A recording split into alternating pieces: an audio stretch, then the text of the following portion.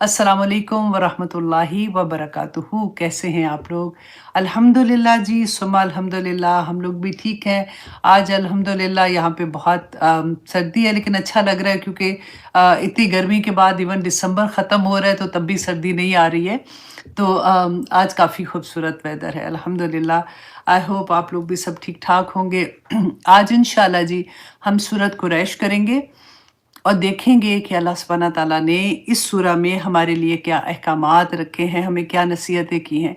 छोटी-सी सूरा है, लेकिन दुआ करती हूँ कि या पाक परवरदिगार मुझे इस सूरा का हक़ अदा करने वाला बना दे। हक़ तो उस तरह से नहीं बंदा अदा कर सकता, लेकिन अपनी कोशिश पूरी करनी चाहिए कि जो कुछ भी मेरी समझ के मुताबिक और मुझे अल्लाह सुब्हाना तआला ने इल्म अता किया है, वो मैं डिलीवर कर सकूँ। आमीन सुम्मा आमीन।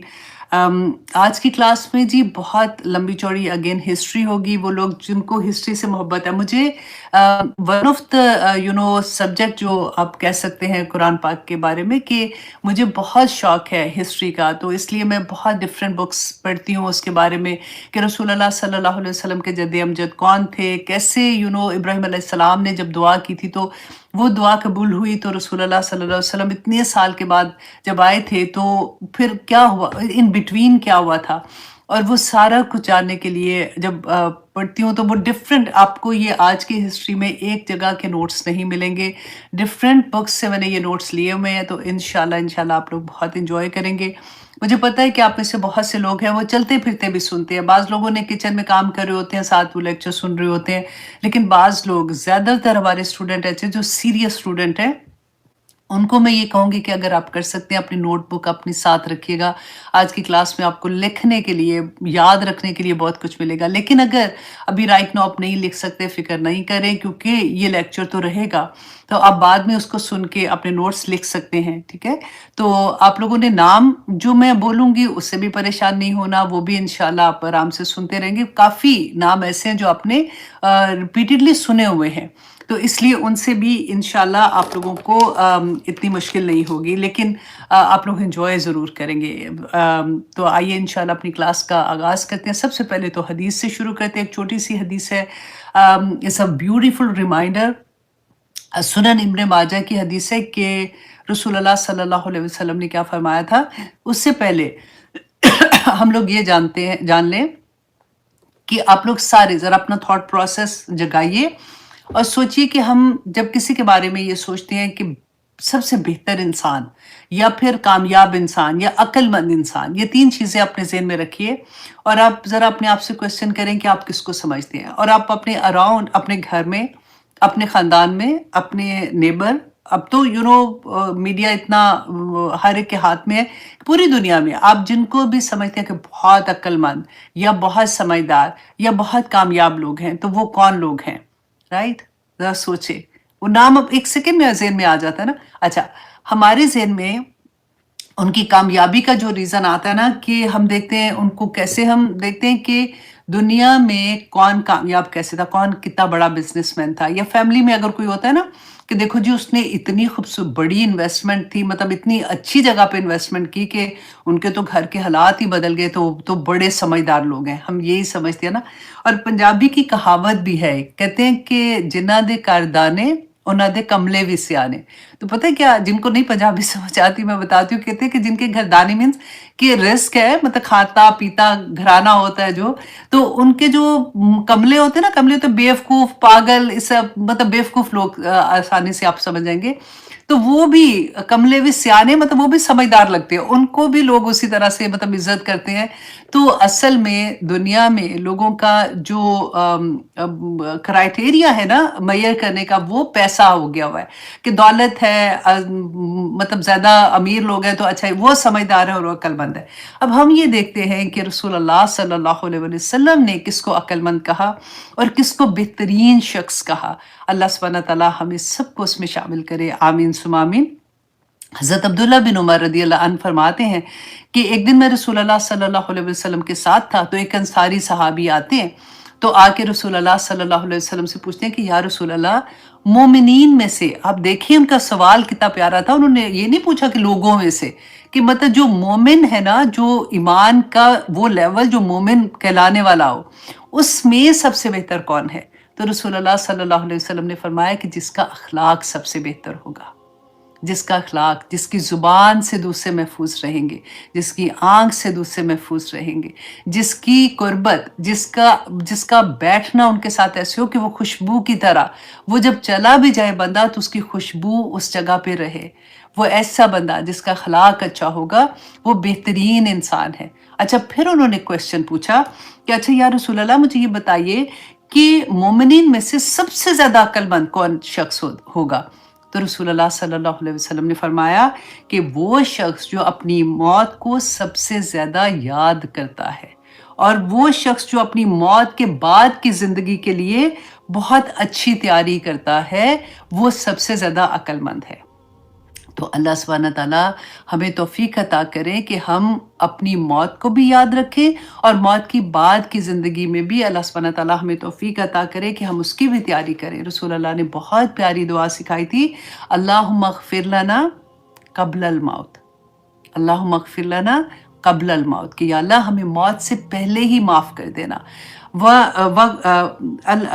اللہم اغفر لنا قبل الموت ورحمنا عند الموت، کہ جس وقت ہماری موت کا وقت ہو نا، اندہ بیچ میں، مطلب جس وقت جان نکل رہی ہو، یا اللہ ہم پہ رحم کرنا، یا اللہ ہم پہ آسانی کرنا، ولا تعذبنا کب، ولا تعذبنا بعد الموت، کہ موت کے بعد اللہ سبحانہ تعالیٰ ہمیں عذاب نہ دینا، قبر کا عذاب ہے، یا اللہ جو ہم نے پل صراط سے گزرنا ہے، یا اللہ جو اس دن کی سختی ہے، ولا تعذبنا بعد الموت ولا تحاسبنا، یا اللہ حساب کتاب کے بغیر ہی ہمیں جنتوں میں داخل کر دینا، ولا تحاسبنا یوم القیامہ انک علی کل شیء قدیر، یا اللہ آپ تو ہر چیز پر قادر ہے نا۔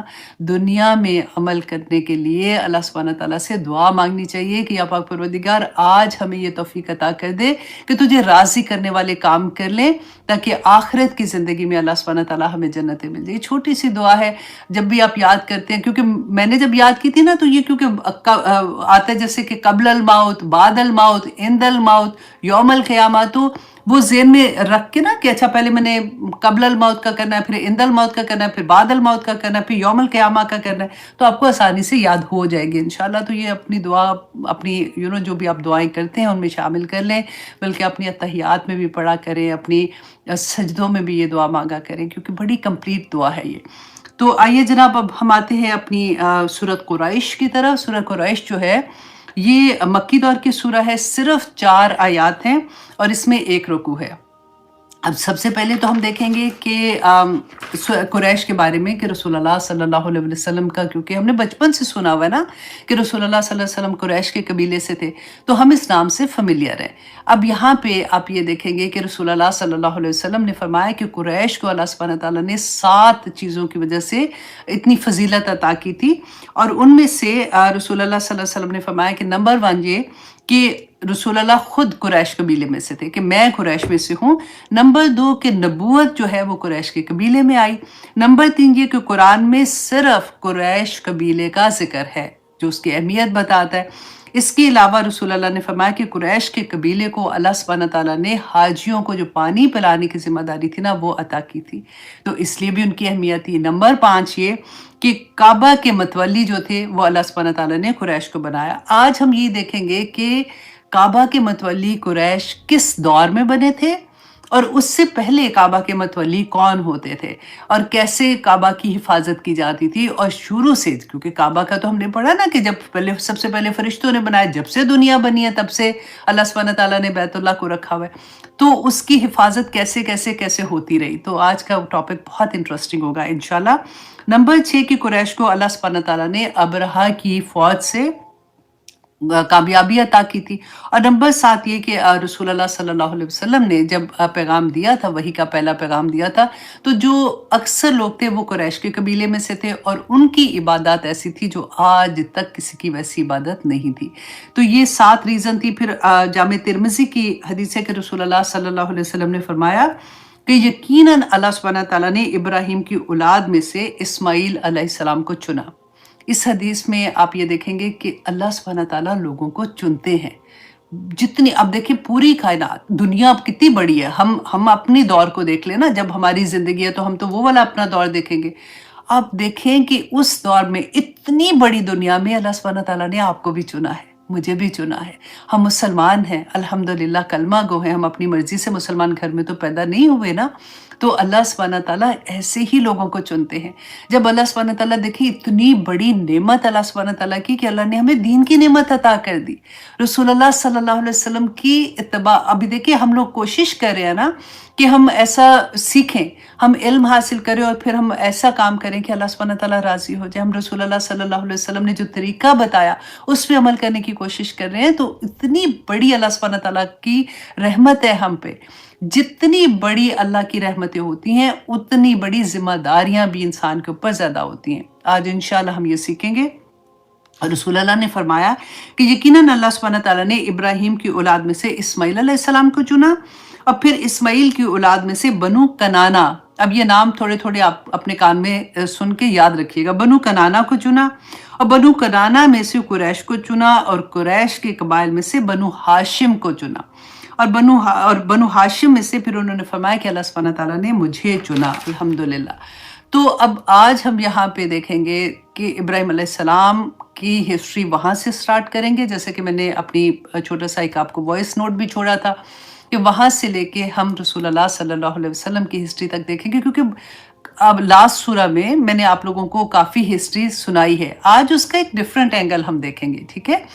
तो अच्छा, अब सुनाने का मकसद ये है, देखिए जब आप स्टोरी की तरह सुनते हैं ना तो आपको याद रहता है, और आपने इसको अगर पॉइंटर की तरह याद करेंगे ना, फिंगर्स पे आप याद करेंगे, अच्छा इस दौर में तो बच्चों को सुनाना आसान हो जाता है। अगर आप बच्चों को सुनाएंगे, देखिए हमारे लिए कितनी मुश्किल था ना कि हमें तो पता ही नहीं था इतना ज़्यादा हिस्ट्री के बारे में। तो जब हमें पता चला तो हम अपने बच्चों को छोटी-छोटी इसकी स्टोरीज़ कर कर के उनको सुना सकते हैं, तो उनको याद रहेगा कि अच्छा हमारे रसूलुल्लाह सल्लल्लाहु अलैहि वसल्लम का नस्ब कैसे था और कहाँ से जद्द अमजद कौन थे, कहाँ से इस्लाम चला था। क्योंकि पता है बच्चे अक्सर क्या सवाल करते हैं आके, वो ये कहते हैं कि इस्लाम तो तब आया था जब रसूलुल्लाह सल्लल्लाहु अलैहि वसल्लम पे वही आई थी। तो जो हिंदुइज़्म है वो तो बहुत पुराना रिलीजन है, उनको ऐसा लगता है। तो जब हमें इल्म होगा तो तभी हम उनको बताएंगे ना कि सबसे पहला इस दुनिया में जो रिलीजन था, वो जो मज़हब था, वो इस्लाम ही था। लेकिन उसके बाद हम देखेंगे पैरेलल चलते चलते कि कैसे अल्लाह सुब्हानहू तआला ने अपने इस घर की कैसे हिफाजत की और अपने दीन की कैसे हिफाजत की। तो हज़रत इब्राहीम अलैहिस्सलाम जो थे, अल्लाह सुब्हानहू तआला के हुक्म से बीबी हाजरा और अपने न्यू बॉर्न बच्चे इस्माईल अलैहिस्सलाम को मक्का की वादी में छोड़ के जाते हैं। ये हमने बहुत दफ़ा पढ़ा है कि वो ऐसी वादी जिसमें कोई इंसान ही नहीं उस वक़्त रहता था। आप देखें कि सिर्फ पहाड़ और काले-काले पहाड़, जो आप लोग जो उम्रे के लिए या हज की सादत के लिए वहाँ पे गए हैं, तो आप लोगों ने देखा होगा कि कितने बड़े-बड़े पहाड़ और किस तरह के। आप देखें वहाँ पे कोई इंसान नहीं, कोई रहने की जगह नहीं है। इस्माईल अलैहिस्सलाम एक छोटे बच्चे हैं, हाजरा एक कमज़ोर औरत, किस तरह से इब्राहीम अलैहिस्सलाम उनको उस वादी में छोड़ के जाते हैं। बीबी हाजरा उनके पीछे जाती है जब वो जा रहे होते हैं, क्योंकि थोड़ी सी खजूरें और जो पानी पीने का मशकीज़ा था वो छोड़ के वो जा रहे हैं, तो वो उनके पीछे भागती हैं और उनको कहती हैं कि आप हमें कहाँ छोड़ के जा रहे हैं। वो आगे से कोई जवाब नहीं देते। फिर पूछती हैं उनसे और वो फिर जब जवाब नहीं देते तो खुद ही से आगे से कहती हैं कि क्या ये आपके अल्लाह का हुक्म है? तो आगे से वो सर हिला देते हैं। तो फिर देखिए वो बीवी, मैं अक्सर जब ऐसा दर्स देने की बात होती है ना, जब नए हस्बैंड एंड वाइफ के लिए होता है, दर्स होता है शादियों पे, तो मैं ये किस्सा हमेशा उनको ये सुनाती हूँ कि देखो उस बीवी को देखो, आप कैन यू इमेजिन अपने आप को कभी रख के देख सकते हो? वो नबिया नहीं थी, है ना? लेकिन आप देखो कि उन्होंने अपने खामंद की किस तरह से फर्माबरदारी करी थी, कि उन्होंने कहा कि अगर आपके रब का हुक्म है तो आपका रब हमें ज़ाया नहीं करेगा। चुप करके वापस चली गई हैं। फिर वो ही वक़्त आपने ये सुना हुआ है ना उनके बारे में। अब फिर वो जैसे खजूरें थी, थोड़ी-सी पानी था, जैसे वो ख़त्म होता है, बच्चा अब रोना शुरू होता है। किस तरह से उस बच्चे की प्यास जब देखती हैं तो भागती हैं। सफ़ा मरवा हम जब उम्रा करने जाते हैं, हज करने जाते हैं, देखते हैं ना। अब तो उन्होंने इतना खूबसूरत बना दिया हुआ है। उस वक़्त ये 2 पहाड़ियाँ थी, तो उनके इर्द-गिर्द कैसे वो इधर से जाती हैं, उधर जाती हैं, कैसे वो तड़पती हैं। देखिए अल्लाह सुब्हानहू तआला को उनका वो भागना इतना पसंद आया कि रहती दुनिया तक उस औरत के कदमों पे चलाने के लिए अल्लाह सुब्हानहू तआला ने आदमी देखे, जितने बच्चे, औरतें, सबको उस पे चला दिया कि जो वहाँ पे आएगा उसका उम्रा और हज कंप्लीट नहीं है जब तक वो उनके कदमों पे उसी तरह से इधर से उधर नहीं भागता। तो अल्लाह ने कैसे उनको कबूल किया। अब यहाँ पे ये स्टोरी बताने का मकसद सिर्फ आप लोगों को उधर लेके जाना है, क्योंकि आप विजुलाइज करें, आप सोचें कि आप मक्का, आप उम्रा जब करने गई हैं, वो पहाड़ है और किस तरह की वहाँ पे कोई ऐसी वादी नहीं है। अब वो बच्चा जब रोता है, ये भागती है इधर से उधर, वो फिर आता है, जैसे वो जमजम का कुआं जो पानी निकलता है तो वो वहाँ पे अपने हाथ से वो उसको ऐसे इकट्ठा करके रख बना लेती हैं, तो वो पानी उधर बन जाता है, वो चश्मा वो जमजम का निकलता है। अच्छा, अब ज़मज़म का जब पानी निकलता है तो फिर उसके बाद क्या होता है कि जैसे पानी जहाँ पे आता है ना, परिंदे वहाँ पे आ जाते हैं, वो थोड़ी-सी फसलें उगना शुरू हो जाती हैं। अब ये एक लंबी स्टोरी जो आपको पहले मैं सुना चुकी हूँ, इसलिए मैं फ़ास्ट फ़ॉरवर्ड आगे जा रही हूँ। अब क्या होता है कि एक कबीला जुरहम वहाँ से गुज़र रहा होता है, तो वो देखते हैं, क्योंकि उस वक़्त के कबाइल जब गुज़रते थे ना, तो वो पानी जहाँ पे होता था वहाँ पे वो ठहर जाते थे। तो वो उन्होंने उन्होंने देखा परिंदों को उड़ते हुए वहाँ पे, तो वहाँ से उन्होंने अपने जो वो कुछ लोग थे, उनका कबीला जुरहम के जो लोग जा रहे थे, उनमें से कुछ को भेजा कि जाके देखो कि यहाँ पे पानी कहाँ पे है। तो जब उनको वहाँ पे पानी पता चला, वो जहाँ पे परिंदे होते हैं ना, वहाँ पे वो उसी तरह से वो ढूँढते-ढूँढते जाते हैं।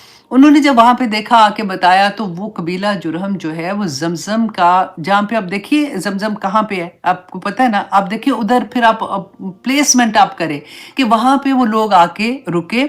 उन्होंने बीबी हाजरा से दरख्वास्त की कि हम यहाँ पे अगर रहते हैं, हम आप पानी की मालिक आप ही होंगी, हमें आप यहाँ पे रहने दें और हम आपको पानी की कीमत अदा करेंगे। बीबी हाजरा मान गई। इस तरह से वहाँ पे पहला एक कबीला, जो कबीला जुरहम था, वो आके आबाद हुआ। अच्छा, अब दूसरा आप देखिए कि इस्माइल अलैहिस्सलाम अब वो बड़े हो रहे हैं। जब वो बड़े होते हैं तो कबीला जुरहम की ही एक औरत, एक बच्ची से उनकी शादी हो जाती है, और जब उनकी शादी होती है तो इस्माइल अलैहिस्सलाम को अल्लाह सुब्हानहू तआला 12 बेटे अता करते हैं। ठीक है? वो 12 बेटे जो हैं वो फिर अब 12 कबीले बनते हैं, और हर कबीले का सरदार जो होता है वो हज़रत इस्माइल अलैहिस्सलाम के बेटे होते हैं।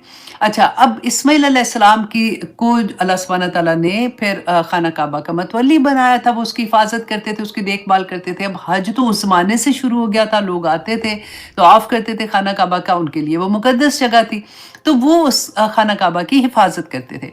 अब इस्माइल अलैहिस्सलाम की वफ़ात के बाद उनके बेटे जो हैं, उन पे ये ज़िम्मेदारी आ गई। अब वो सारे जो हैं, अब वो खाना काबा की हिफाज़त करते थे, उनकी देखभाल करते थे। अच्छा, अब क्या था कि उनके बेटों में से एक नाम आता है किदार बिन इस्माइल। अब ये नाम आप याद रखिएगा, ये आगे जाके इंशाल्लाह यहाँ से फिर आगे जुड़ेगी बात।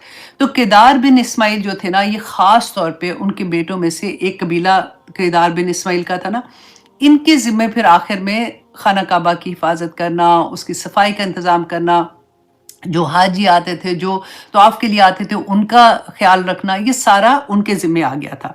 वक़्त के साथ-साथ औलादों की औलादें हुईं और ख़ानदान बढ़ना शुरू हो गया। ठीक है? अब मक्का में छोटी-सी जगह पे सारे रह रहे हैं। अब देखिए नस्लें बढ़ती जा रही हैं, बच्चों के बच्चे पैदा होते जैसे बड़ा ख़ानदान होता है। अब क्या हुआ था कि ये किदार बिन इस्माइल जो थे ना, इनकी भी औलाद, या इनकी जो बाकी भाई थे, 12 भाई थे ना, उनकी औलादों ने क्या किया कि मक्का के इर्द-गिर्द का एरिया जो थोड़ा ज़रख़ेज़ था, जैसे ताइफ़ का हमने सुना है ना, ताइफ़ की जो वादी बहुत ज़रख़ेज़ है।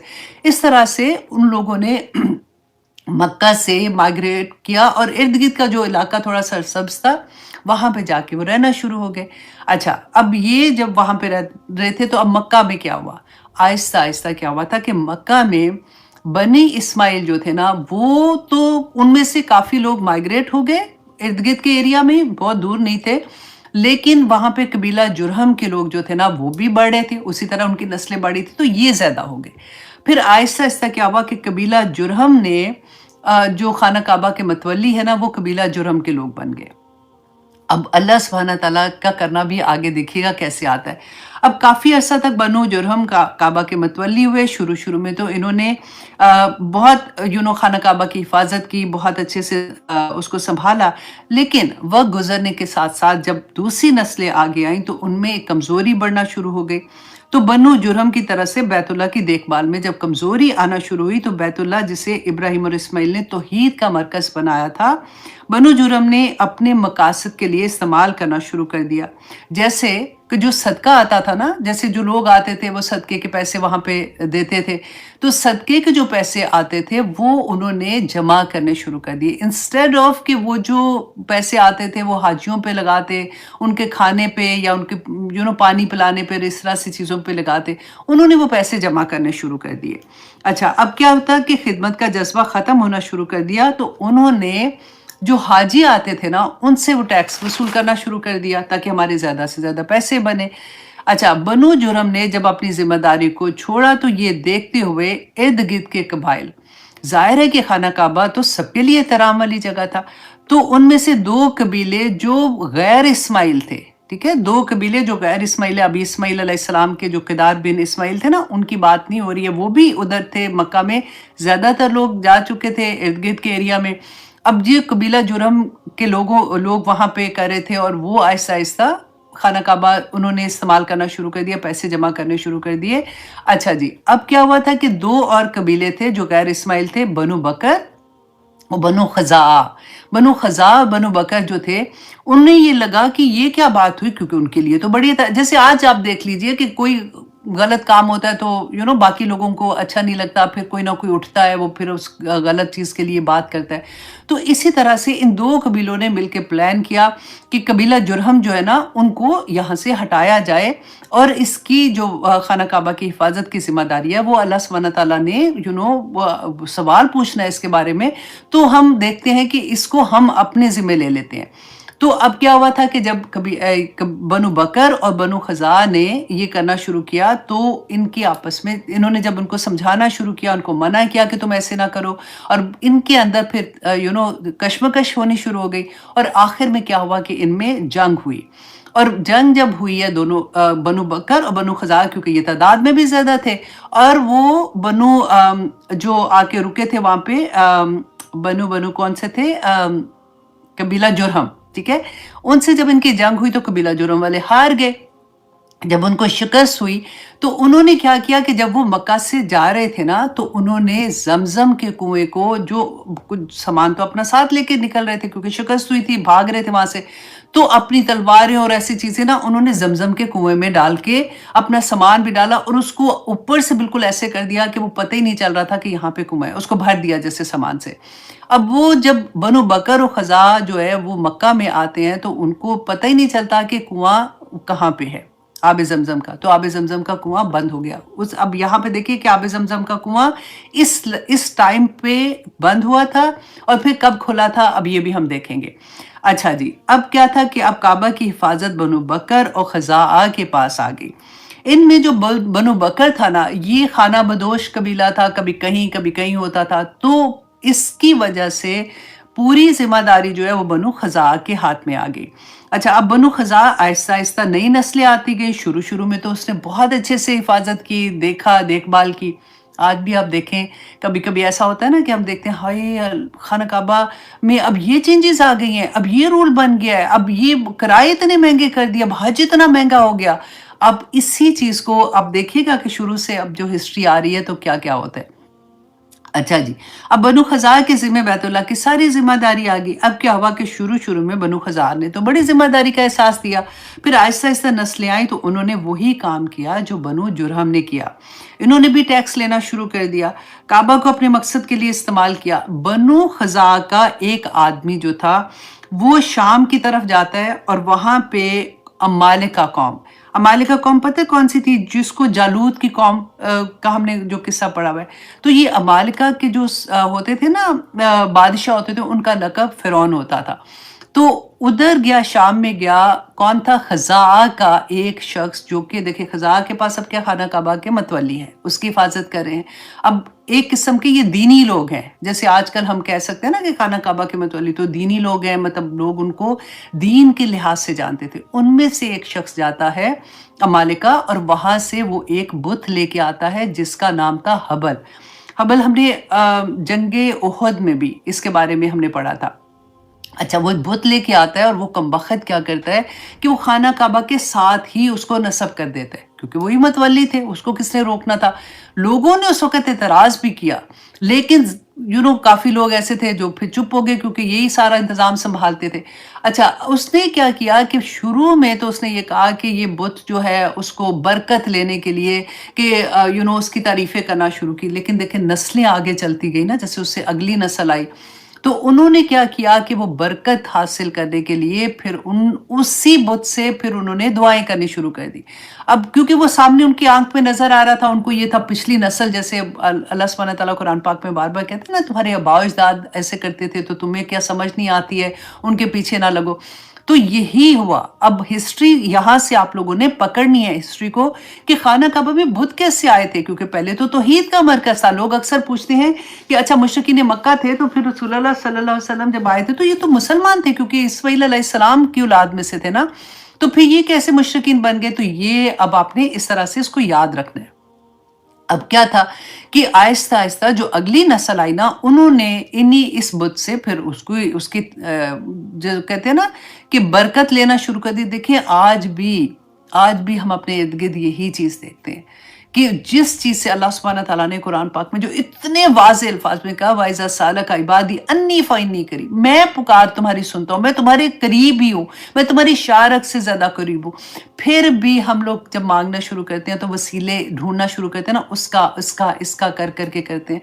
उस वक़्त भी देखिए इनका ये अल्लाह को जानते थे, अल्लाह को पहचानते थे, लेकिन ये एक वसीला बनाते थे कि ये एक नेक लोग हैं, इनसे अल्लाह सुब्हानहू व तआला हमारी दुआएँ कबूल हो जाएँगी, क्योंकि हम तो गुनाहगार हैं, हमारी दुआ तो अल्लाह सुब्हानहू व तआला तक पहुँचती नहीं है, तो ये हमारे लिए अल्लाह सुब्हानहू व तआला से जब माँगेंगे तो अल्लाह कबूल कर लेंगे, और फिर उसकी डिफरेंट शक्लें निकलना शुरू हो जाती। इसी तरह से जो आप देखिए जब मज़ारों पे जाते हैं, देखिए वहाँ पे अगर किसी बुज़ुर्ग का मज़ार है, ज़रूर, मैं कहती हूँ औरतें तो खैर रहनी भी नहीं चाहती हैं, अगर कोई जाता है उनकी फ़ातिहा पढ़ते हैं वहाँ जाके, लेकिन अगर वहाँ पे इस मकसद से जाओ कि ये बुज़ुर्ग जो है ये मुझे अता करवाएँगे, और उनसे आप दुआ माँगते हो कि यहाँ पे आके मैं ये धागा बाँधूँ या ये मैं मन्नत माँग लूँ, तो आप वो देखिए कि उस ज़माने में जब अभी इस्लाम भी नहीं आया था, वही कॉन्सेप्ट, वही ज़ेन साज़ी जो होती है ना, आप देखिए कि इंसान थे ना, उसी तरह से कैसे शिर्क पेनिट्रेट होता है। अल्लाह सुब्हानहू व तआला ने इतना हमें बचा-बचा के, कुरान पढ़ने वाले जो भी स्टूडेंट हैं, आप देखिए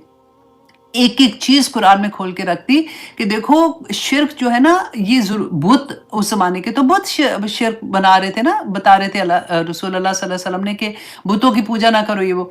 फिर रसूलुल्लाह सल्लल्लाहु अलैहि वसल्लम ने फरमाया कि अल्लाह सुब्हानहू व तआला क्या फरमाता है कि देखो तुम अपने ख्वाहिश नफ्स को अपना खुदा बनाते हो।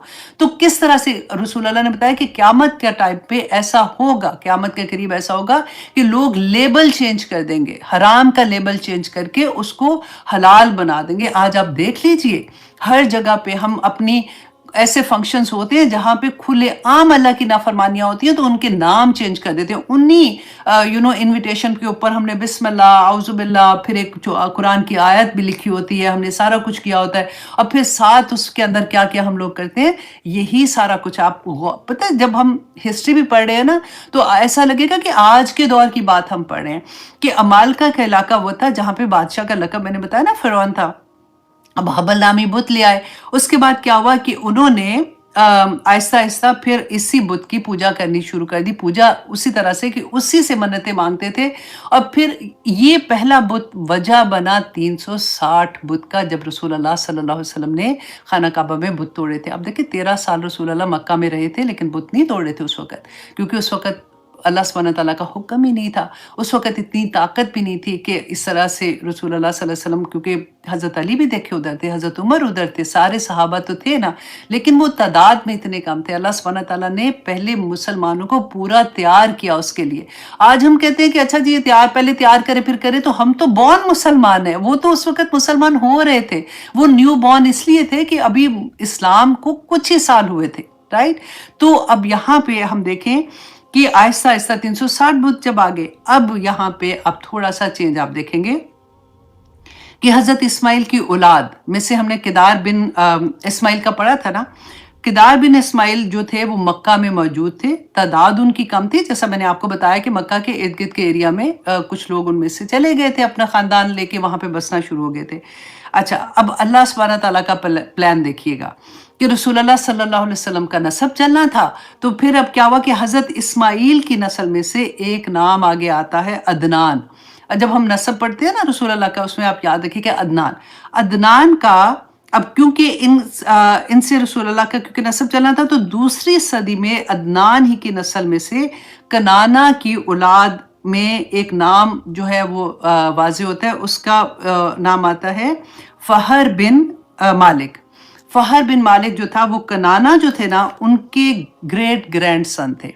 अब यहाँ पे आके आपको नंबर के साथ याद करना पड़ेगा। आगे मैं आपको आसान नंबर दे देती हूँ, लेकिन आप थोड़ा-सा बस इसको देखिएगा कि ये जो फ़हर बिन मालिक थे ना, इन्हीं की औलाद में से कुरैश कबीला बना था। अब आपने गौर करना है, ठीक है? बनु इस्माइल हमने पढ़ा, बनु इस्माइल से केदार का नाम अभी आपने सुना, केदार बिन इस्माइल। केदार बिन इस्माइल से अदनान, ये शॉर्टकट मैं आपको बता रही हूँ, अदनान तक हम आते थे। अदनान से बनु कनाना और बनु कनाना से फ़हर बिन मालिक, ठीक है? फ़हर बिन मालिक तक हम आते हैं। उन्होंने फ़हर बिन मालिक को अल्लाह सुब्हानहू तआला ने 7 बेटे अता किए, तो उससे 7 कबीले बने थे, जो कुरैश के 7 कबीले थे ना, उनके जो जद अमजद जैसे जाते हैं ना, तो वो फ़हर बिन मालिक है उनका नाम। अच्छा जी, उनकी अब 6 जनरेशन में से अल्लाह सुब्हानहू तआला ने एक इंसान को चुना जो कि कुसई बिन कलाब। कुसई बिन कलाब हमने लास्ट क्लास में इनके बारे में पढ़ा था। अब हम इनको एक डिफरेंट एंगल से भी देखते हैं। कुसई बिन कलाब जो थे, इन्होंने बड़ी शोहरत हासिल की थी, वो आपने पहले सुन लिया है। अभी तक खाना काबा के मतवली जो थे वो गैर इस्माइल थे, ठीक है? जब कुसई बिन कलाब का ज़माना आया ना, उससे पहले खाना काबा के जो मतवली थे वो गैर इस्माइल थे, जो बनु खज़ाआ से थे। साथ-साथ यहाँ बनु इस्माइल भी बढ़ रहे थे। जैसा कि यहाँ पे हमने देखा था कि अदनान, अदनान के बाद बनु कनाना थे, फिर फ़हर बिन मालिक आए और फिर फ़हर बिन मालिक की औलाद जो थी वो उनमें से अल्लाह सुब्हानहू तआला ने कुसई बिन कलाब को चुना था। अच्छा, अब गौर करें ज़रा। अब ये कुसई बिन कलाब थे। अब खाना काबा के मतवली कौन है? गैर इस्माइल है। अब कुसई बिन कलाब जो थे, ये कौन थे? इस्माइल, बनु इस्माइल में से थे। अब अल्लाह सुब्हानहू तआला ने क्या करना हुआ कि इनकी शादी जो है वो ख़ज़ा के उस घराने में होती है, वो जो उनकी बेटी से होती है, जो खाना काबा का मेन हिफाजत करने वाला मेन मतवली था, जो हाजी आते थे उनको पानी पिलाना, उनका ख्याल रखना, तो उनकी बेटी से हुआ था। अच्छा, अब कुसई बिन कलाब थे बहुत इंटेलिजेंट, इनको लोग बहुत अप्रिशिएट करते थे, इनका नाम भी बहुत था, ऊपर से उनके सरदार की बेटी से शादी हुई। तो अब क्या हुआ कि जब उसका नाम आता है हलीम, जो जिससे उनकी शादी बेटी से शादी हुई थी। अच्छा, जब हलीम की डेथ होती है ना, तो ऑटोमेटिकली क्या होता है कि कुसई बिन कलाब जो थे, इनका क्योंकि नाम भी बहुत ज़्यादा था, तो इनके ज़िम्मे, क्योंकि दामाद थे, तो इनके ज़िम्मे खाना काबा की हिफाजत करने का ज़िम्मा आ गया और हाजियों को पानी पिलाने का। ये तो इन्होंने जो पहले कमेटी थी ना, उनके साथ ही मिलके ये काम करना शुरू कर दिया। अच्छा, अब क्या था कि वक्त गुजरने के साथ क्या हुआ कि बनु खज़ा, क्योंकि ये काफ़ी देर से खाना काबा के मतवली थे, अब इनके जो बड़े बूढ़े थे ना, लोगों ने मिल के इनको भी उस कमेटी में शामिल किया था। उन बनु खज़ा के जो लोग थे, उनको ये अच्छा नहीं लगा कि ये क्या मतलब हुआ कि हमारा कबीला, वो तो बड़ी एहतराम समझते थे, मतलब बड़ी इज्जत की जगह थी उनकी, कि वो हमारे कबीले से इसमें चला गया, जो है कुसई बिन कलाब जो है उनको जिम्मेदारी दे दी है, तो उनको अच्छा नहीं लगा। अच्छा, अब क्या हुआ कि मुखालफत बढ़नी शुरू हो गई। अब जब मुखालफत बढ़ने लगी तो उन्होंने अपने ख़ानदान, अच्छा जब ख़ज़ा के साथ मुखालफत बढ़ी ना, तो कुसई बिन कलाब ने अपने ख़ानदान जो बनु इस्माइल के लोग आउट ऑफ मक्का थे, ठीक है, उनको उनको मैसेज भेजा कि मुझे तुम लोगों की हेल्प की ज़रूरत है। उन्होंने सब ने कहा कि ठीक है, आप क्या चाहते हैं? इन्होंने उनसे रिक्वेस्ट की कि आप लोग सारे जो है मक्का के इर्द-गिर्द आके रहना शुरू कर दो, ताकि हमारी ताकत ज़्यादा हो और हम लोग मुकाबला कर सकें अगर हमारे अगेंस्ट कोई आता है, क्योंकि खाना काबा की मतवली मतलब हम लोग हैं, क्योंकि हम बनु इस्माइल में से हैं। अच्छा, अब वो क्या हुआ कि ये कबीले के लोगों को जब दूसरों को पता चला, तो बनु इस्माइल के जितने भी लोग थे वो आहिस्ता-आहिस्ता खाना काबा मक्का के इर्द-गिर्द आके आबाद होना शुरू हो गए, तो इससे इनकी ताकत ज़्यादा बढ़ गई। अब देखिए अल्लाह सुब्हानहू तआला ने कैसे किस तरह से आहिस्ता-आहिस्ता बनु कुरैश की तरफ हम आ रहे हैं। अच्छा, सब कहते हैं कि अच्छा, क्योंकि हमने पढ़ा था ना कि कुसै बिन कलाब जो थे, इनको इनका लक़ब जो था ना मजमे, मतलब जमा करने वाला। तो इनमें ये ख़ास अल्लाह सुब्हानहू व तआला ने इनको ये दी हुई थी ताकत कि ये जब बात करते थे लोग इनकी बात मान जाते थे। तो इस तरह से इन्होंने, ये पहले इंसान थे जिन्होंने बनी इस्माइल को सबको इर्द-गिर्द के इलाके से जमा किया था। अच्छा जी, अब 5वीं सदी में अरब को मुनज़्ज़म करके एक ताकत बनाया। कुसै बिन कलाब को लोग जो थे उनकी बहुत इज़्ज़त करते थे। अब जब मामला इतना बढ़ा कि बनु ख़ज़ा और इस्माइल में जंग होने का डर हुआ, तो कुछ वहाँ के जो लोग थे, बुज़ुर्ग थे, उन्होंने सालिस बने और दोनों के अंदर सुलह करवा दी। और उन्होंने कहा कि कुसै बिन कलाब वो जो बुजुर्ग थे ना, उन्होंने कहा कि कुसै बिन कलाब जो हैं वो खाना काबा के मतवल्ली होने के ज़्यादा हकदार हैं, क्योंकि ये बनु इस्माइल में से हैं। उन्होंने एक और फैसला भी किया। उन्होंने कहा कि जब ये जंगें हो रही थी ना, आपस में लड़ाइयाँ तो उनकी हो रही थी कि बनु ख़ज़ा और बनु बकर कि जिन लोगों ने जब इनकी लड़ाइयाँ हुई हैं, तो इनका जो कुसै बिन कलाब और उनके बनु इस्माइल के जो लोगों में से किसी का कत्ल जो किया है, तो उनको इनकी दियत देनी पड़ेगी। और फिर इसके बाद उन्होंने कहा कि इनको नहीं देनी पड़ेगी क्योंकि ये तो मज़लूम थे, इन्होंने तो जंग पहले शुरू नहीं की, लड़ाई पहले शुरू नहीं की। अच्छा, आहिस्ता-आहिस्ता क्या हुआ कि इनको तो ताकत मिल गई। यही वक़्त था जब बनी इस्माइल ने हुजाज का इलाका भी फ़तह कर लिया था। अच्छा, अब कुसै बिन कलाब जो थे, वो एक और उन्होंने काम क्या किया कि कुरैश के तमाम कबाइल, जो 6 कबाइल थे ना, उनको इन्होंने, 7वां तो इनका अपना था, उनको जोड़ा और हर कबीले की ज़िम्मेदारी एक लगा दी। डिफरेंट काम हर कबीले को दे दिए ताकि हर कबीला अपनी इम्पोर्टेंस फ़ील करे और वो हर कोई खाना काबा बैतुल्लाह जो है उसकी खिदमत करके अपने आप को इम्पोर्टेंट समझे। और फिर ही वाज़ द वन जिसने इनको ये एहसास दिलाया कि खाना काबा की जो खिदमत करना है वो हम अल्लाह के ग़ुलाम हैं और हम अल्लाह सुब्हानहू तआला के घर की हिफाजत करना जो है हमारा फ़र्ज़ है और हमें अल्लाह सुब्हानहू तआला ने ये एज़ाज़ बख्शा है। अच्छा जी, अब क्या हुआ था कि मक्का के रूहानी पेशवा और हाकिम जो थे वो कुसै बिन कलाब बन गए। शहर जो था वो मिलजुल कर चलना शुरू हो गया। कुसै बिन कलाब ने ये प्लान बनाया कि बाहर से जो भी ताजर आएगा, नॉट हजाज, जो हज करने आए या उम्रा करने, उनकी बात नहीं हो रही। इन्होंने क्या कहा कि बाहर से जो ताजर, क्योंकि आपको याद है पिछली क्लास में हमने कहा था कि इन्होंने कहा सारे अपने सब भाइयों को भेजा था और ये मुआहदे किए थे कि हमारी पोर्ट इस्तेमाल करें। तो इन्होंने जो ताजर थे ना, उन पे टैक्स का कहा कि हम उनसे उशर लेते हैं और जो उशर के पैसे आएंगे वो हम खाना काबा क्यों की हिफाजत करने में, उसको उसकी अगर कुछ चीज़ ख़राब होती है उसको ठीक करने में, और जब हाजी आते हैं उनको पानी पिलाना, उनके ख्याल रखने में हम ये पैसा लगाएंगे। इस तरह से अब मक्का आहिस्ता-आहिस्ता, क्योंकि टैक्स के मन पैसा भी आना शुरू हो गया था, ऊपर से तिजारत शुरू हो गई थी, मक्का फ्लरिश करना शुरू हो गया। उन्होंने कुरैश को ये शऊर दिया कि लोग जो है वो खुद बैतुल्लाह जो है वो जो कुरैश हैं वो उसके खादिम हैं, नौकर हैं, और हुजाज जो है अल्लाह सुब्हानहू तआला के मेहमान हैं। तो इसलिए अल्लाह के मेहमानों की खिदमत करना हमारा फ़र्ज़ है। अच्छा, अब 480 एडी में कुसै बिन कलाब का इंतकाल हो गया। उन्होंने मरते वक्त अपने बेटा अब्दुद्दार जो थे उनके हवाले ये जिम्मेदारी की। अब कुसै बिन कलाब के बेटे हैं, उनमें से एक बेटा अब्दुद्दार है जिसके उन्होंने ये जिम्मेदारी कर दी कि हाजियों को पानी पिलाना और ये सारी जिम्मेदारी जो है ये उसकी है। कुसै बिन कलाब के 4 बेटे थे, उनमें से एक बेटे थे जिनका नाम अब्दे मनाफ था। अब्दे मनाफ बहुत इंटेलिजेंट थे, उन्होंने अपने बाप की ज़िंदगी में ही अपनी ज़हानत प्रूफ कर चुके हुए थे। अब्दे मनाफ भी हमने लास्ट क्लास में पढ़ा था।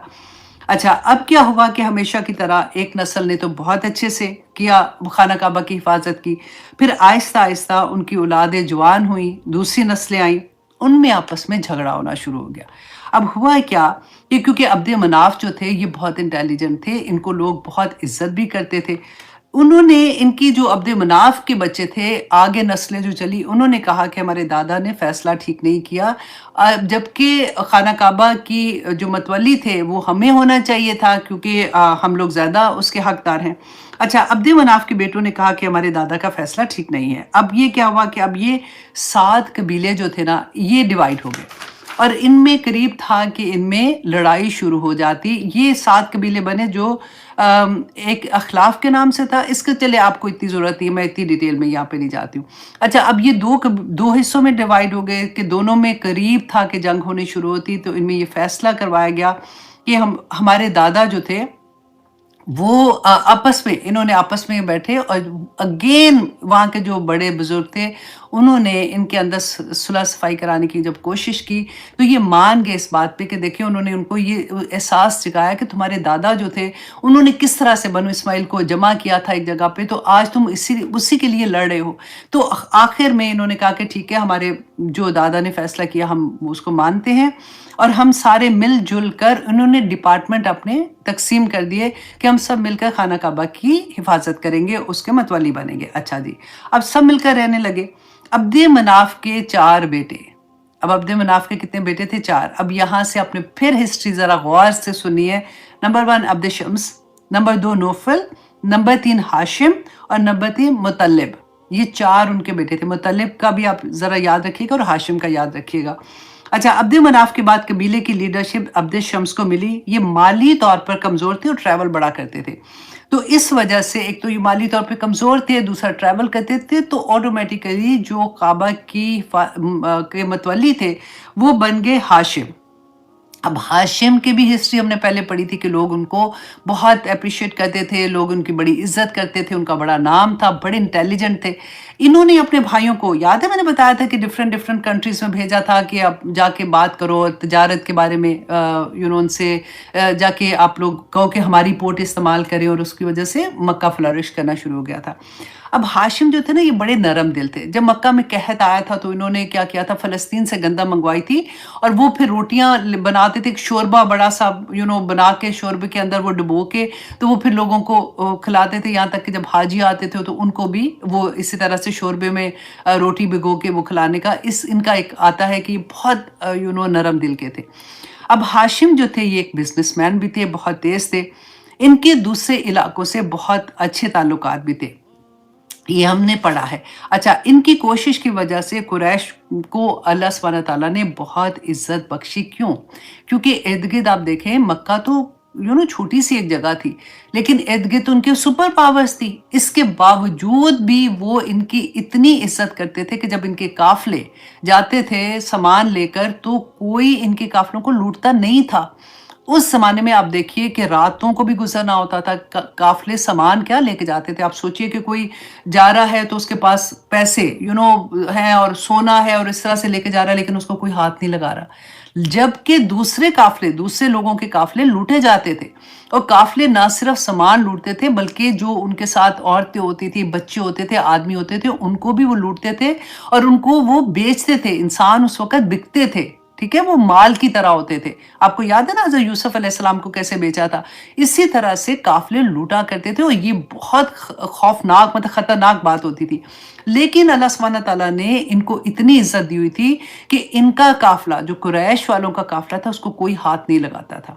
یہ اللہ سبحانہ تعالیٰ نے اتنا بڑا ان کے اوپر کرم کیا ہوا تھا. اچھا جی، اب آگے دیکھیے کہ قریش کے قبائل دوسرے ملکوں میں ٹیکس فری گزرتے تھے. اچھا، اور اب آہستہ آہستہ یہ مضبوط ہونا شروع ہو گیا مکہ. ہر قریشی جو تھا اس زمانے میں، ہر قریشی بزنس مین تھا. اچھا، جو خود بزنس نہیں کرتے تھے، وہ جو لوگ قافلے لے کے جاتے تھے ان کے ساتھ وہ انویسٹ کر دیتے تھے.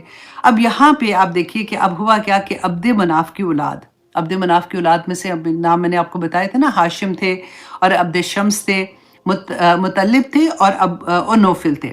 اچھا، اب ہاشم جو ہے یہ ان میں سے جن کا بھی ہم ذکر کریں، یہ یثرب از مدینہ جاتے ہیں. یہ آتے جاتے تھے کیونکہ تجارت کرتے تھے نا یہ لوگ، تو وہاں سے آگے شام جاتے ہیں، وہاں سے آگے یمن کی طرف نکلتے تھے، فلسطین کی طرف جاتے تھے. تو یہ لوگ جو تھے، جب ہاشم جو ہیں یہ جاتے ہیں تجارت کی خاطر، راستے میں یہ مدینہ میں بھی رکتے ہیں کافی دیر.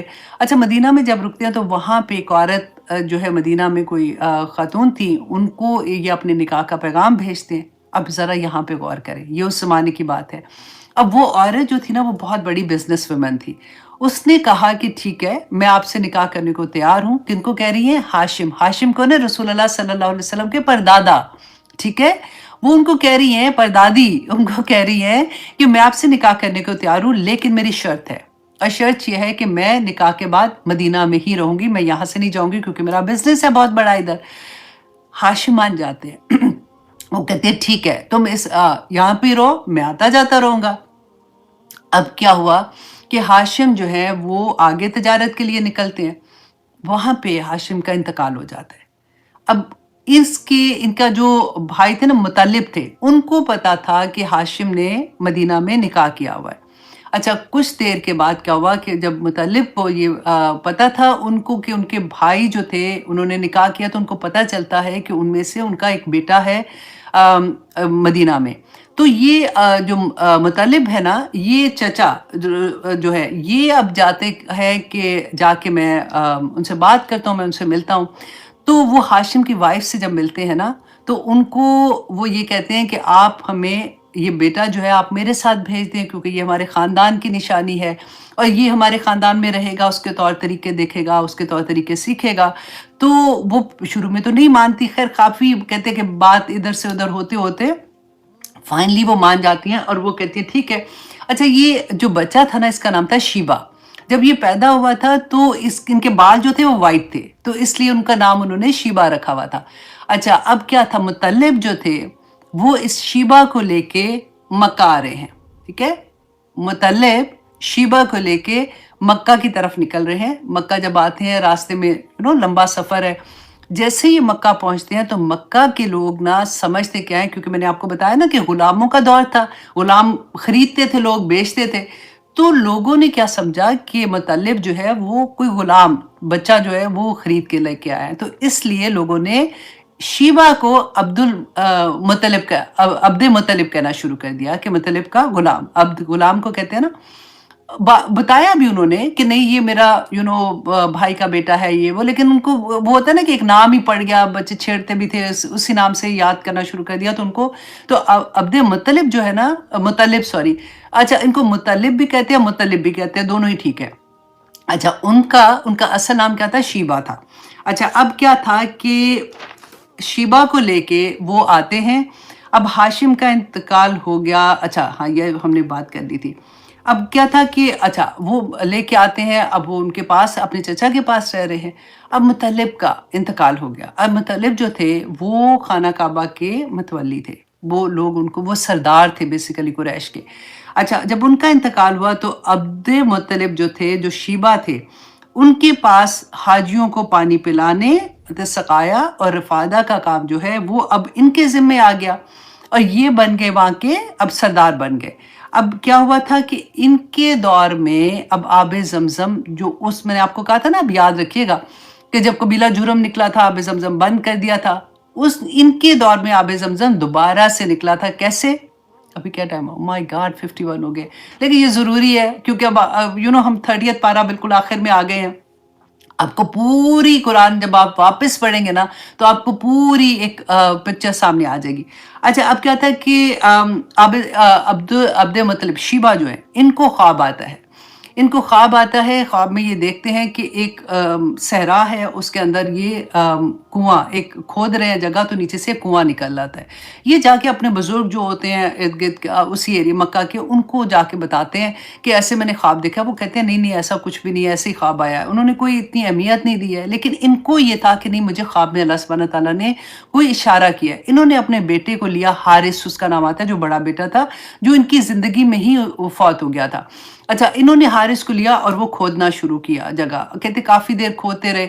اچھا انہوں نے کیونکہ اکیلے یہ کام کر رہے تھے تو انہوں نے منت مانگی کہ اگر اللہ سبحانہ تعالیٰ نے مجھے 10 بیٹے عطا کیے تو میں ان میں سے ایک بیٹا جو ہے وہ اللہ کی راہ میں قربان کر دوں گا۔ اس زمانے میں منت مانگنے کا رواج تھا، جو کہ بعد میں رسول اللہ صلی اللہ علیہ وسلم نے ہمیں منع کر دیا تھا، رائٹ، کہ اٹس ناٹ بہت اچھی بات نہیں ہے، رائٹ، یہ کہہ کے۔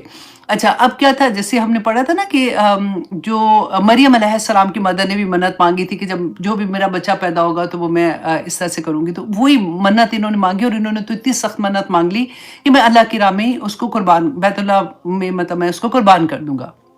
اب اللہ نے ان کو 10 بیٹے دے دیے۔ اچھا اب جب یہ بیٹے، اچھا یہ کنواں کھودتے ہیں، اچھا جیسے ہی تھوڑا سا ڈگ کرتے ہیں تو ان کو سامان کچھ نظر آتا ہے، تلواریں اور اس طرح سے۔ انہوں نے یہ سنا ہوا تھا کہ قبیلہ جرہم ایک ہوتا تھا، اس طرح سے جب وہ گئے انہوں نے کنواں بند کر دیا سامان ڈال کے، پتہ نہیں وہ کدھر کنواں ہے یہ ہے وہ، تو ان کو شک ہوا کہ اوہو یہ تو جو میں نے سنا ہوا تھا یہ تو وہی ہے۔ تو جب لوگوں کو، قریش کے لوگوں کو، ارد گرد کے لوگوں کو پتہ چلا تو انہوں نے کہا کہ آپ ہمیں بھی اس میں شامل کر لیں، کیونکہ یہ تو ان کے لیے تو بہت بڑی بات تھی نا کہ زمزم کا کنواں کھودنا تھا، کہ ہم بھی اس نیک کام میں شامل ہوں۔ انہوں نے کہا کہ نہیں یہ کام میں خود ہی کروں گا۔ تو یہ یہاں سے آپ دیکھیے کہ اچھا اللہ سبحانہ تعالیٰ نے ان کو 10 بیٹے دیے، جب بیٹے جوان ہوئے تو انہوں نے اپنے بچوں کو یہ اپنی خواب سنائی اور پھر انہوں نے یہ کہا کہ میں نے یہ منت مانگی تھی۔ اب بچے دیکھیں 10 کے 10 تیار ہو گئے، انہوں نے کہا کہ ٹھیک ہے ابا، آپ نے جو منت مانگی آپ اپنی پوری کریں۔ اب کہتے ہیں یہ شیبہ جو تھے، عبد مطلب جو تھے، یہ خانہ کعبہ کے پاس آتے ہیں، اس کے صحن میں آتے ہیں، وہاں پہ یہ پرچی نکالتے ہیں، اپنے سارے بچوں کے نام کی پرچی نکالتے ہیں۔ پرچی نکلتی ہے عبداللہ کے نام کی، جو سب سے چھوٹے بیٹے کون؟ رسول اللہ صلی اللہ علیہ وسلم کے والد گرامی، ان کے نام کی پرچی نکلتی ہے۔ وہ کہتے ہیں ٹھیک ہے، کہتے ہیں ان کو لے کے وہ قربان گاہ کی طرف جا رہے ہوتے ہیں، تو قریش کے جو لوگ ہیں ان میں سے جو بڑے تھے ان کو جب پتہ چلتا ہے، ان کو فوراً وہ بھاگتے ہیں ان کے پیچھے اور جا کے کہتے ہیں کہ تم ایسا مت کرو، کیونکہ یہ ایک ایسی رسم شروع ہو جائے گی جس کو کوئی ختم نہیں کر سکے گا۔ یہ تو لوگ ایسے رسم کریں گے اور پھر بچوں کو ذبح کرنا شروع کریں گے، تو تم ایسے نہیں کرو، تم یوں کرو کہ مدینہ میں ایک آدمی ہے، اس کو کاہن بھی اس زمانے میں کہہ سکتے ہیں، یا پھر اس طرح سے وہ اس کا پتہ بتاتے ہیں کہ کوئی روحانی پیشوا جیسے ہوتے تھے، کہ وہ ہے، وہ تمہیں بتائے گا کہ تم نے اگر منت مانگی ہے اللہ سبحانہ تعالیٰ کے سامنے تو تم پوری نہیں کرتے تو اس کا کفارہ کیا ہے، فدیہ کیا ہے، رائٹ؟ تو وہ مان جاتے ہیں، وہ مدینہ جاتے ہیں، وہ کاہن سے بات کرتے ہیں، وہ جو روحانی پیشوا جو بھی تھا ان سے بات کرتے ہیں، وہ ان کو پھر یہ بتاتا ہے کہ اچھا تم یوں کرو کہ پھر 2 پرچیاں لوگے، ایک میں تم لکھو گے اونٹوں کی تعداد 10 اونٹ لکھو گے، دوسری طرف عبداللہ کا نام لکھو۔ جو پرچی نکلے، جب تک عبداللہ کے نام کی جگہ وہ اونٹوں کا نام نہیں نکل آتا، تم اونٹ والی پرچی زیادہ 10 سے 20، 20 سے 30، 30 سے 40 اس طرح سے کرتے جاؤ گے۔ انہوں نے کہا ٹھیک ہے، واپس آتے ہیں، اگین پھر اسی طرح سے سارے لوگ جمع ہوتے ہیں، پھر اسی طرح سے عبداللہ کے نام کی پرچی اور پھر 10 اونٹ کرتے کرتے ہر دفعہ عبداللہ کا نام نکل آئے۔ جب 100 اونٹ ایک پرچی پہ لکھے اور ادھر عبداللہ کا نام تھا، تو اس وقت اونٹوں والی جو 100 اونٹ کی پرچی تھی وہ نکلی، تو انہوں نے پھر 100 اونٹ ان کی جگہ پہ فدیے میں دیے اور اس کا گوشت جو تھا وہ قریش کے قبیلے میں تقسیم ہوا تھا۔ اچھا، یہ عبداللہ جو تھے، ان کی شادی جو تھی، یہ پھر مکہ میں ایک فیملی تھی، بہت نام والی فیملی تھی، بہت احترام ان کا کیا جاتا تھا، ان میں سے بی بی آمنہ جو تھے رسول اللہ صلی اللہ علیہ وسلم کی جو مدر تھی، ان سے ان کی شادی ہوتی ہے، اور ان میں سے پھر رسول اللہ صلی اللہ علیہ وسلم سے، ابھی وہ پریگننٹ تھی تو یہ بھی تجارت کے لیے عبداللہ جاتے ہیں، ان کی راستے میں وفات ہو جاتی ہے اور رسول اللہ صلی اللہ علیہ وسلم کی پیدائش عبداللہ کے بعد ہوتی ہے۔ تو یہ ایک پوری ہسٹری تھی، ایک پورا ویو میں آپ لوگوں کے سامنے رکھنا چاہ رہی تھی تاکہ آپ لوگ انجوائے کریں اس کو۔ جو اسٹوڈنٹ ہیں وہ بعد میں آرام سے سن کے اس کے پوائنٹس لکھ لیجئے گا۔ یہ آپ سوچیں کہ 50 بکس میں سے آپ لوگوں کو میں نے نچوڑ ہلکا سا بتا دیا ہے تاکہ آپ لوگوں کو پوری اسلام کی ہسٹری سمجھ آ جائے، الحمدللہ۔ تو اب ہم آتے ہیں سورۃ قریش کی طرف۔ اب میں کر کے ٹھیک ہے میں کر دیتی ہوں، آپ لوگ جاگ رہے ہیں نا تو کوئی بات نہیں، تھوڑی سی دیر لگے گی کیونکہ چھوٹی سی سورہ ہے، کیونکہ مین آپ کو آ گیا ہے۔ اچھا جی، اب ہم دیکھتے ہیں اعوذ باللہ من الشیطان الرجیم، بسم اللہ الرحمن الرحیم، لإیلاف قریش۔ اب یہاں پہ آپ دیکھیے، اگر اس کا آپ ترجمہ دیکھیں گے نا تو آپ کو تھوڑا مشکل لگے گا، کیونکہ اچھا اس کا مطلب ہے منحوس کرنے کے لیے، قریش کو کیا منحوس کرنے کے لیے، کیا بات ہے؟ پھر ایلافہم رحلۃ الشتاء والصیف کے منحوس کرنے کے لیے سفر سردیوں اور گرمیوں کا۔ تو اس کو اگر آپ ایسے پڑھتے ہیں نا ترجمے کے ساتھ تو تھوڑا سا مشکل ہو جائے گا۔ اب میں آپ کو یہاں پہ سب سے پہلے تو آپ دیکھیں لی کو، آپ دیکھیں ایک ایک لفظ آپ دیکھیں، کبھی حیرت ہوتی ہے اور اتنا مزہ آتا ہے جب ہم گرامر کے حساب سے بھی دیکھ رہے ہوتے ہیں، ان کو لفظوں کو کھولتے ہیں، لغت کے اعتبار سے دیکھتے ہیں۔ اچھا، لی جو ہے نا، اس میں آپ یہ دیکھیے کہ یہ سورہ جو ہے یہ حضرت عمر اور ابی بن کعب اور عبداللہ بن مسعود، یہ 3 صحابی اور اس کے علاوہ بھی کچھ صحابی ہوتے ہیں، یہ اس کو ایک ہی سورہ کہتے تھے، سورۃ فیل اور سورۃ قریش کو، کیونکہ ایک ہی طرح کا سبجیکٹ آ رہا ہے، تو ان کے جو مصحف تھے نا اس میں یہ ایک ہی سورہ تھی، تو اس لیے۔ اچھا، اب یہاں پہ دیکھیے کہ لغت کے اعتبار سے کوفہ اور بصرہ کہ اسکالر جو ہے نا ان کا لیا جاتا ہے کہ اچھا کوفی اسکالر نے اس کے بارے میں کیا کہا ہے اور بصرہ کے اسکالر نے کیا کہا ہے۔ अच्छा, बसरा के स्कॉलर के मुताबिक ली जो है ना, इसको कहते हैं ली मुतल्लिका। मुतल्लिका इसलिए कि ये जो सूरत ली इलाफी कुरैश जो है ना, ये सूरत फ़ील के ही साथ है, मुतल्लिक है, मतलब उसी के साथ है। अच्छा, जो कूफ़ी स्कॉलर थे ना, उन्होंने इसको क्या कहा कि ये लामे तालीफ़ और लामे तालील, सॉरी लामे तालील, और इसको लामे ताज्जुब। अब देखिए, एक लाम है, इसको लाम इसको हर्फ जारा में भी हम पढ़ते हैं ना, जो ग्रामर के स्टूडेंट है दे नो अबाउट दिस। अच्छा, यहाँ पे लामे ताज्जुब जिन्होंने ये कहा, तो उनका ये उन्होंने कहा कि अल्लाह सुब्हानहू तआला ने यहाँ पे कहा कि ली ईलाफ़ि कुरैश, कि नबी सल्लल्लाहु अलैहि वसल्लम से कि ताज्जुब है कुरैश पे कि अल्लाह सुब्हानहू तआला ने उन पे कितनी रहमतें की, उनको कितने इनामात दिए, फिर भी ये रसूलुल्लाह सल्लल्लाहु अलैहि वसल्लम की बात नहीं मान रहे। तो ली लाफ़ी, ली जो है ये ताज्जुब के लिए है, और तालील के लिए जिन्होंने कहा, उसका मतलब था कि बसबब इसके बाद सबब इसके कि अल्लाह ने उन्हें बैतुल्लाह जैसी नेमत अता की कि मुसलमान बार बार यहाँ पे आते हैं। उनके दिल अल्लाह सुब्हानहू तआला ने बैतुल्लाह के लिए नरम कर दिए हैं, बैतुल्लाह की मोहब्बत डाल दी है, वो बार बार इधर आते हैं। तो उसका फ़ायदा किसको हो रहा है? उसका फ़ायदा इन्हीं को, क्योंकि उनकी इकॉनमी स्ट्रांग होती है। तो अल्लाह सुब्हानहू तआला ने ये ली का वर्ड जो है इतनी खूबसूरती से हमें समझ आता है कि अल्लाह सुब्हानहू तआला ने फरमाया कि बसबब इसके कि अल्लाह ने कुरैश को बहुत से इनामात से नवाजा, इनके दिल रसूलुल्लाह सल्लल्लाहु अलैहि वसल्लम के लिए तो बहुत ज़्यादा नरम होने चाहिए थे, जबकि यही रसूलुल्लाह के खिलाफ हो गए, यही उनके खिलाफ अगेंस्ट आना शुरू हो गए। तो अब यहाँ पे आगे देखिए, ली इलाफी, इलाफ जो है ना, इसके रूट वर्ड आता है अलिफ, हमजा, लाम और फा। अच्छा, कुरान पाक में मोहब्बत के लिए जो है ना, इल्फुन का लफ्ज़ भी आता है। हमें रसूलुल्लाह सल्लल्लाहु अलैहि वसल्लम की दुआ आपको याद है, बहुत प्यारी दुआ है। हमेशा जब मैं कहती हूँ बच्चियों की शादियाँ होनी होती है ना, तो उनको याद करा दें, ये दुआ इतनी प्यारी है कि अल्लाहुम्मा अलिफ बैना कुलूबिना। अच्छा, ये अलिफ जो है ना, ये उसी से आता है कि अल्लाह इनके दिलों में आपस में मोहब्बत पैदा कर दे, क्योंकि जब शादी होती है, अभी रिश्ता बन रहा होता है, जब बच्चे दुआ करते हैं ना, अलिफ बैना कुलूबिना, अलिफ कहते हैं कि आहिस्ता आहिस्ता आहिस्ता आहिस्ता या अल्लाह इनके दिलों में मोहब्बत पैदा कर देना। अच्छा, अब क्या है कि इलाफ, अब इसमें फ़र्क क्या आता है? इलाफ कहते हैं कि ऐसी मोहब्बत की वजह से नरमी पैदा होना और फ़ौरन ऐसा हो जाना कि उन किसी की तरफ दिल जुड़ जाना। और जैसे आजकल आप लफ्ज़ कहते हैं ना कि क्लिक हो गया, तो इलाफ कहते हैं, देखें इल्फुन जो है वो क्या है कि तदरीजन, आहिस्ता आहिस्ता मोहब्बत, और इलाफ क्या है कि क्लिक कर जाना, दिल नरम हो जाना, किसी से फ़ौरन मोहब्बत का एहसास हो जाना। तो अल्लाह सुब्हानहू तआला ने यहाँ पे इलाफ का वर्ड इस्तेमाल किया है कि कुरैश वालों का तो दिल अल्लाह सुब्हानहू तआला की तरफ, रसूलुल्लाह सल्लल्लाहु अलैहि वसल्लम के पैगाम की तरफ तो बहुत नरम होना चाहिए था कि अल्लाह सुब्हानहू तआला ने उन पे इतनी करम की। क्योंकि जब अल्लाह सुब्हानहू तआला नेमतें अता करते हैं ना, तो उसके साथ हमारे ऊपर ज़िम्मेदारियाँ भी उतनी ज़्यादा बढ़ जाती हैं, क्योंकि नेमत इज़ इक्वल टू ज़िम्मेदारी। अल्लाह सुब्हानहू तआला ने कुरान पाक में भी फरमाया ना, लतुसअलुन्ना यौमइज़िन अनिन नईम, कि अल्लाह सुब्हानहू तआला ज़रूर ब ज़रूर सवाल किया जाएगा, पूछा जाएगा उससे जिसको अल्लाह सुब्हानहू तआला ने नेमत अता की है। तो हर इंसान, ये देखे यहाँ पे देखिए, नेमतें अल्लाह ने मुझे और आपको भी अता की है ना, वही नेमतें, दीन की नेमत हमारे पास भी है, इस्लाम की नेमत, रसूलुल्लाह सल्लल्लाहु अलैहि वसल्लम की नेमत, ये कुरान की नेमत सबसे बड़ी। तो हर नेमत का सवाल किया जाएगा। तो अल्लाह सुब्हानहू तआला फरमाते हैं लीइलाफ़ि कुरैश, कि इस मोहब्बत की वजह से कि इनके दिल में तो फ़ौरन रसूलुल्लाह सल्लल्लाहु अलैहि वसल्लम की मोहब्बत जाग जानी चाहिए थी।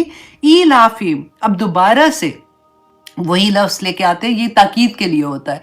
और कुरैश लोग जो है इससे वाकिफ़ भी थे, क्योंकि जब भी आप भी देखिए, जब बच्चों से हम बात करते हैं, कभी तो कोई बात बहुत समझानी होती है तो हम दोबारा से बोलते हैं ना, वो बिल्कुल वही अंदाज़ है कि अल्लाह सुब्हानहू तआला फरमाते हैं कि इनके दिल तो बहुत नरम होने चाहिए थे।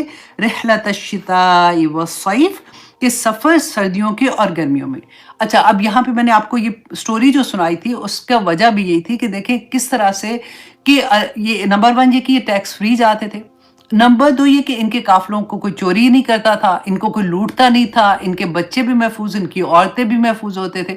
इतनी बड़ी-बड़ी सुपर पावर इर्द-गिर्द, और फिर देखिए कुरैश के साथ अल्लाह सुब्हानहू तआला ने इनकी तरफ लोगों के दिल कितने नरम किए हुए थे कि ये क्या करते थे, गर्मियों में ये यमन की तरफ जाते थे।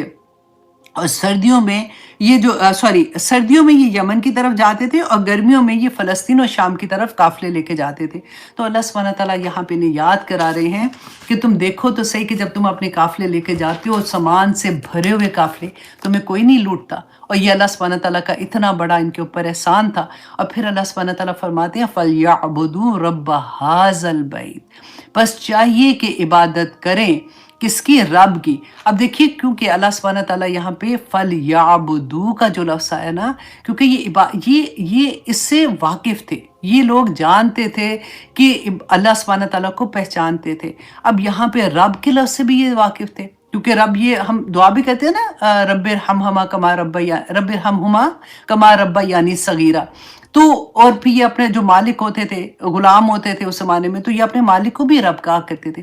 اللہ سبحانہ تعالیٰ نے یہاں پہ رب کا لفظ لا کے ان کو وہ تھاٹ پروسیس جگایا کہ تم، ایک انسان تمہارا مالک ہے تو تم کیسے اس کے لیے اپنے دن رات، اپنی ایک ایک لمحہ جو ہے تم اپنے آپ بیچ دیتے ہو اس مالک کے لیے۔ تو وہ مالک جو تمہارا خالق ہے، تمہارا مدبر ہے، تمہیں پالنے والا ہے، اس مالک کا حکم یہ ہے کہ فَلْيَعْبُدُوا رَبَّ۔ اچھا اب رب کیا ہے؟ کہ حاض البیت، ادھر ادھر نہیں، کہ ایسا نہیں ہے کہ تم سوچو اچھا رب تو پھر ادھر ادھر بے شمار ہے جن کو وہ رب سمجھتے تھے۔ اللہ سبحانہ تعالیٰ نے فرما دی اس گھر کے، بلد نہیں کا شہر، اس گھر کے رب کی۔ اب یہاں پہ آپ دیکھیے کہ اتنی خوبصورت بات آتی ہے، کیونکہ اکثر آپ لوگوں نے یہ سنا ہوگا کہ بعض جو جیسے ہندو ہیں وہ یہ کہتے ہیں جی ہم بتوں کی پوجا کریں، تو آپ کہتے ہو کہ یہ سٹون کی پوجا کرتے ہیں، تو تم لوگ بھی تو اینٹوں کا گھر ہے، جا کے اس کو عبادت کرتے ہو۔ تو یہاں پہ اللہ سبحانہ تعالیٰ نے کہہ دیا کہ وہ گھر کی عبادت نہیں ہے، رب ھذا البیت، اس گھر کے رب کی عبادت کرو۔ دیکھیے عبادت جو ہے وہ صرف اللہ سبحانہ تعالیٰ نے کیا یہاں پہ ہمیں سمجھ آتی ہے، صرف نماز روزہ حج زکوٰۃ نہیں ہے۔ عبادت جو ہے جب ہم صبر کرتے ہیں نا، وہ بھی عبادت ہے۔ جب ہم اپنا حق، ہمیں پتہ ہے کہ یہاں پہ میرا حق ہے، ہم اپنا حق چھوڑ دیتے ہیں نا، وہ بھی عبادت ہے۔ ہمیں پتہ ہوتا ہے بعض دفعہ کہ یہاں پہ میں غلط نہیں ہوں، پھر بھی ہم چپ ہو جاتے ہیں اپنا رشتہ محفوظ رکھنے کے لیے، رشتہ بچانے کے لیے، وہ بھی عبادت ہے۔ ہر وہ کام جو آپ اللہ سبحانہ تعالیٰ کے احکامات کے اندر کرتے ہو، وہ ساری کی ساری عبادت ہے۔ اب دیکھیے عبادت صرف جائے نماز میں، مسجد کے اندر، یا ہم عمرہ کرنے گئے، حج کرنے گئے، صرف وہیں عبادت نہیں، میری پوری زندگی اللہ سبحانہ تعالیٰ کی عبادت ہے۔ ایسا تو نہیں ہونا چاہیے نا کہ جب ہمارے گھروں میں شادیاں ہوں تو ہم عبادت سے نکل جائیں، جب ہم بازاروں میں پھر رہے ہیں ہم عبادت سے نکل جائیں، جب ہم پارٹیز میں جا رہے ہیں، ہم غیر محرم کے سامنے جا رہے ہیں، ہم عبادت سے نکل جائیں۔ تو ایسا تو نہیں ہونا چاہیے۔ فَلْيَعْبُدُوا، بس چاہیے، دیکھیے اس میں اللہ سبحانہ تعالیٰ اتنی ایمفیسس ہے، فَلْيَعْبُدُوا، بس چاہیے کہ عبادت کریں رب حاضل بیت، کہ اس گھر کا جو رب ہے نا، اس کے حکم مانیں، اس کی عبادت کریں، اس کو دیکھیں۔ قرآن پورے کا پورا اللہ سبحانہ تعالیٰ نے ہمیں اسی لیے دیا ہے کہ ہم یہ بات کو سمجھ سکے کہ ہم نے اپنی زندگی کس کے مطابق گزارنی ہے۔ کیونکہ قرآن پاک میں نے آپ کو بتایا تھا نا پہلے بھی کہ اللہ سبحانہ تعالیٰ نے فرمایا، رسول اللہ صلی اللہ علیہ وسلم کو حیرت سے کہتے ہیں ارائیتا، اے نبی کیا آپ نے دیکھا، من اتخذ الہہ ہواہ، کہ جنہوں نے لوگوں نے اپنی خواہشات کو، اپنی خواہشات کو الہ بنا لیا، اپنا معبود بنا لیا ہے۔ تو اس سے بڑی اور کیا بات ہمیں سمجھ آئے گی؟ ہم پتہ ہے کیا، ہم بس سیدھا سیدھا ہم سوچتے ہیں اچھا بس ٹھیک ہے، نماز روزہ ہم تو اللہ سبحانہ تعالیٰ کے ساتھ شرک نہیں کرتے، الحمدللہ ثم الحمدللہ، ہم بتوں کی پوجا نہیں کرتے ثم الحمدللہ۔ اس کے بعد میری زندگی کیسے گزر رہی ہے، کس کی خواہشات سے گزر رہی ہے، کس کے حکم کے مطابق گزر رہی ہے؟ یہاں پہ اس آیہ میں، اگر اس سورہ میں ہمیں یہ سمجھ آ جائے نا کہ میری زندگی کس کے حکم کے مطابق گزر رہی ہے، میری خواہشات کے، میرے ہسبینڈ، ہوتا ہے نا بعض کمپلین کیا آتی ہے کہ میرے ہسبینڈ نہیں چاہتے، میری دوستیں، میری سوسائٹی، میرا کیا چیز مجھے روکتی ہے کہ میں اللہ کے احکامات کی دندناتے ہوئے سر عام اللہ کے حکموں کی نافرمانی کروں اور مجھے حیا بھی نہ آئے، میں سوچوں بھی نہ اس بات پہ۔ یہ سوچنے کی بات ہے جب میرے اللہ نے اتنی کلیئر، رسول اللہ صلی اللہ علیہ وسلم نے اتنی کلیئر ایک ایک بات ہمیں بتا دی ہے، پھر بھی ہمیں یہ بات کی سمجھ نہ آئے کہ شرک کرنے والا بندہ کسی بھی حال میں جنت میں داخل نہیں ہوگا، انلیس کہ وہ اپنی زندگی میں توبہ کر لے اور اللہ قبول کر لے۔ ہم نے وہ پڑھی تھی، رسول اللہ صلی اللہ علیہ وسلم شفاعت کریں گے، جنت میں چھوڑ کے آئیں گے. جب وہ تیسری دفعہ واپس آئیں گے تو پیچھے کون لوگ کھڑے ہوں گے؟ جنہوں نے شرک کیا ہوگا اور قرآن نے جن کو روکا ہوگا. دو چیزوں نے روکا ہوگا. رسول اللہ نے کہا کہ ان کی شفاعت میں نہیں کر سکوں گا، ان کی شفاعت میں نہیں کر سکوں گا. جن کو قرآن نے روکا ہوگا کہ اللہ انہوں نے تو میرے پہ عمل ہی نہیں کیا. یہ لوگ دندناتے پھرتے تھے کہ جیسے دنیا کی زندگی ان کی سارا کچھ ہے، آخرت کا ان کو کوئی حساب کتاب پتہ فکر ہی کوئی نہیں تھا. یہ تو اللہ کے دین کو اوپر اوپر والے لیتے تھے. ہاں ٹھیک ہے، آگے آئے گی سورہ، نیکسٹ سورہ کو do not miss that class, کہ جو نمازی ہیں اللہ سبحانہ تعالیٰ نے ان کے لیے کیا کہا، کہ جو ہم اتنی محنت سے اللہ سبحانہ تعالیٰ کی عبادت کرتے ہیں، اور وہ کیسے ہماری ایک ایک عبادت، کوئی سجدے لے جائے گا، کوئی رکوع لے جائے گا، کوئی قیام لے جائے گا، کوئی راتوں کو جاگنا لے جائے گا. تو اللہ سبحانہ تعالیٰ نے تو ہماری آنکھیں کھولی ہیں. فَلْيَعْبُدُوا رَبَّ هَٰذَا الْبَيْتِ، کہ اس رب کے حکم کے مطابق زندگی گزارو گے تو آخر میں کامیاب ہوگے، اس کے علاوہ کامیابی نہیں ہوگی. اور پھر اللہ سبحانہ تعالیٰ نے فرمایا الَّذِي أَطْعَمَهُم مِّن جُوعٍ، وہ جس نے کھلایا انہیں بھوک میں.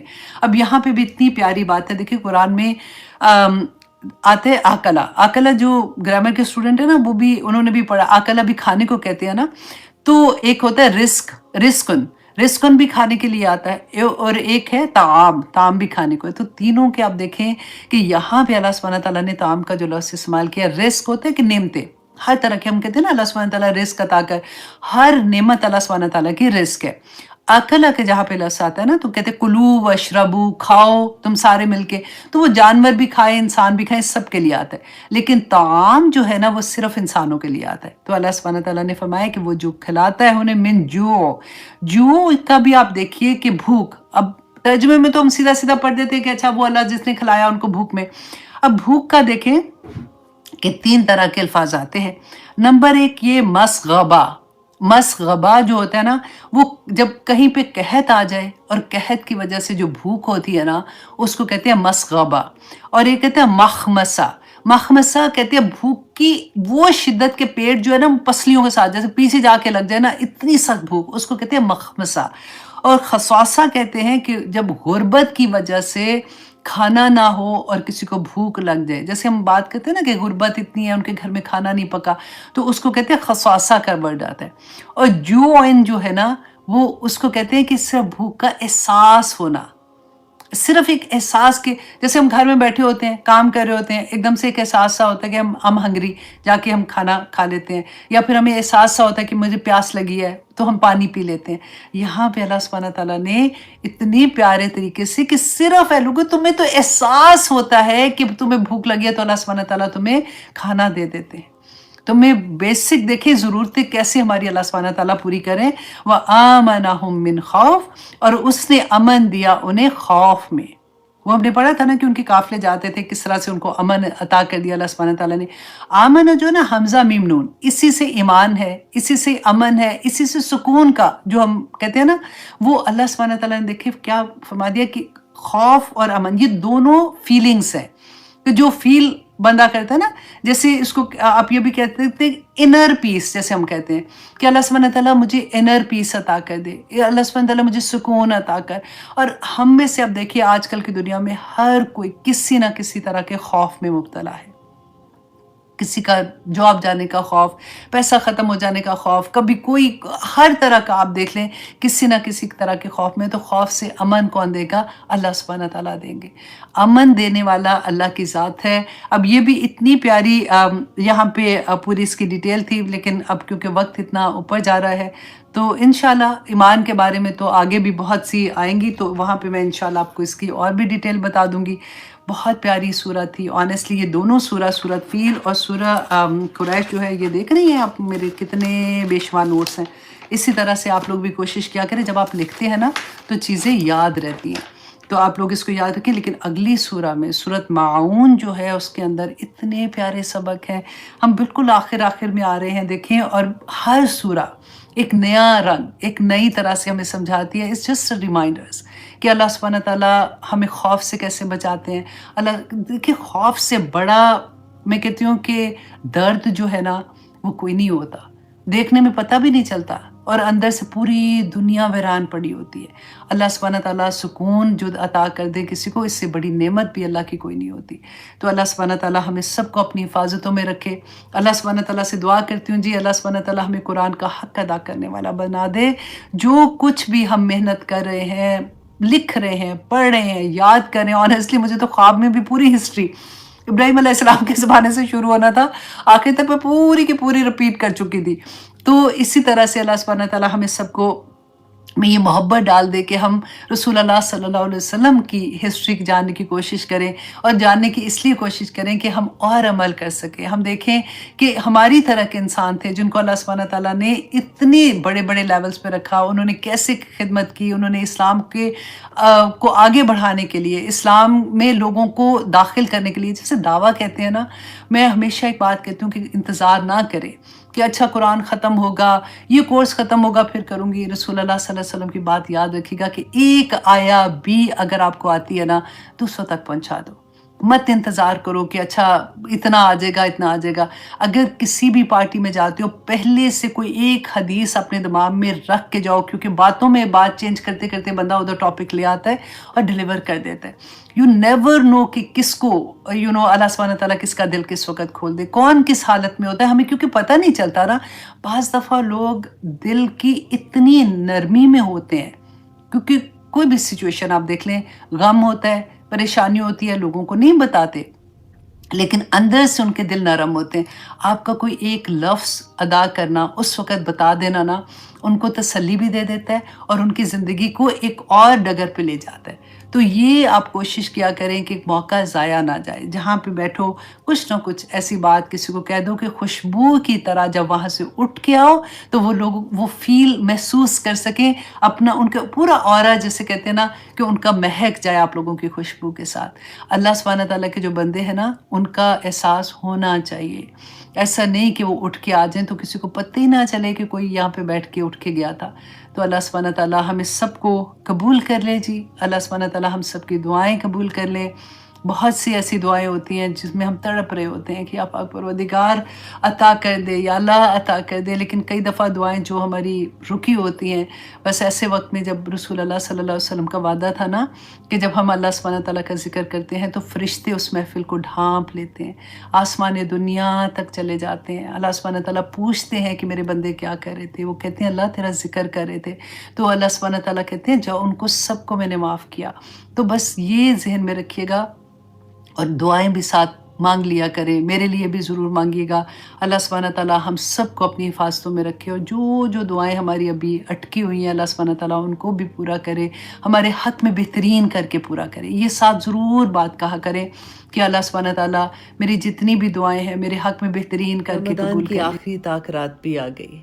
پورے رمضان میں اللہ سبحانہ تعالیٰ کو اپنے رکوع میں، اپنے سجود میں، اپنے قیام میں رو رو کے منانے کی کوشش کرتے رہے، اللہ سبحانہ تعالیٰ سے دعائیں کرتے رہے، راتیں جاگتے رہے۔ پھر بھی دل میں خلش کہ اللہ سبحانہ تعالیٰ انف نہیں کر سکے، اللہ سبحانہ تعالیٰ اس سے زیادہ شاید کر سکتے تھے، پتہ نہیں اللہ سبحانہ تعالیٰ نے میری دعا قبول کی ہے کہ نہیں، اللہ سبحانہ تعالیٰ نے میری عبادت قبول کی ہے کہ نہیں۔ ہم ٹوٹی پھوٹی جو عبادتیں کر رہے تھے اللہ سبحانہ تعالیٰ کو پسند آئی ہے کہ نہیں۔ تو قرآن پاک کی یہ آیا ہمیں اتنی تسلی دیتی ہے کہ اللہ سبحانہ تعالیٰ فرماتے ہیں اے نبی صلی اللہ علیہ وسلم، کل کہہ دیجئے میرے بندوں کو جو اس وقت تڑپ رہے ہیں ان سے کہہ دیجئے یا عباد الذین اسرفوا علی انفسہم، کہ اے میرے بندو جنہوں نے اپنے جانوں پہ ظلم کیا، کوئی گناہ کر بیٹھے ہو، کچھ غلطیاں کر بیٹھے ہو، لا تقنطوا من رحمت اللہ، کہ دیکھو اللہ کی رحمت سے مایوس نہ ہونا، ان اللہ، بے شک اللہ، یغفر الذنوب جمیعا، کہ اللہ تو سارے کے سارے گناہ معاف کر دیتے ہیں، انہو، کہ یقیناً وہ، هو الغفور الرحیم، کہ وہی تو ہے جو سب سے زیادہ بخشنے والا اور رحم کرنے والا ہے۔ یہ آیا پڑھنے کے بعد اتنی تسلی ہوتی ہے کہ اللہ سبحانہ تعالیٰ نے انشاءاللہ ہم سب کو معاف کر دیا ہوگا، اور اللہ سبحانہ تعالیٰ انشاءاللہ ہم سب کو جنت الفردوس میں داخل کریں گے۔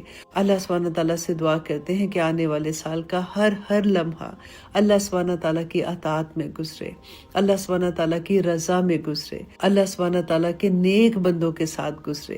اسپیشلی بہت سے ہمارے بردرز ہیں جو پروگرام بھی دیکھ رہے ہوتے ہیں، آج کی حدیث خاص طور پہ ان کے لیے ہے، اور کیونکہ اب رمضان کا منتھ بھی سٹارٹ ہونے والا ہے انشاءاللہ، تو ہم لوگوں میں سے یہاں پہ سبھی تراویحوں کے لیے بھی جاتے ہیں، نماز کے لیے بھاگ کے جاتے ہیں نا، تو اس لیے بھی میں نے کہا کہ چلیں اللہ سبحانہ تعالیٰ ہمارے گھر کے مردوں کو نماز قائم کرنے والا بنا دے، آمین ثم آمین۔ اس حدیث کے بعد تو مجھے لگتا ہے کہ ہر کوئی کوشش کرے گا انشاءاللہ کہ ہم جائیں مسجد میں جا کے نماز پڑھیں۔ رسول اللہ صلی اللہ علیہ وسلم نے فرمایا کہ اگر لوگوں کو یہ پتہ چل جائے، یہ آدمیوں کے لیے، کیونکہ عورتوں کے لیے تو حکم نہیں ہے مسجد میں جانے کا، چلی جائیں تو منع نہیں ہے، لیکن عورتوں کے لیے وہ گھر میں نماز پڑھتی ہیں، آدمیوں کے لیے خاص طور پہ اگر انہیں پتہ چل جائے کہ اذان دینے اور پہلی صف میں نماز ادا کرنے کا کتنا ثواب ہے، تو وہ کرہ ڈالیں، وہ کرہ ڈال کے اپنا نکالیں کہ ہم نے پہلی صف میں جانا ہے اور اذان دینے کے لیے تیار ہوں۔ تو اگر لوگوں کو یہ معلوم ہو جائے کہ نماز کے لیے جلدی آنے کا کتنا ثواب ہے، تو ایک دوسرے سے سبقت لینے کی دن رات کوشش کریں، اور اگر ان کو یہ معلوم ہو جائے کہ عشاء اور فجر کی نماز کا کتنا ثواب ہے، تو وہ گھسیٹ کر یہاں تک کہ اپنے گھٹنوں کے بل بھی گھسیٹ کے آنا پڑے نا، تو تب بھی وہ مسجد میں پہنچے۔ اللہ اکبر، اتنا زیادہ ثواب ہے۔ اور ہمارے آدمی بہت مشکل سے جاتے ہیں، دیکھیں پاکستان میں تو اتنی آسانی ہے، ہر محلے میں مسجد ہوتی ہے، بہت پاس ہوتی ہے۔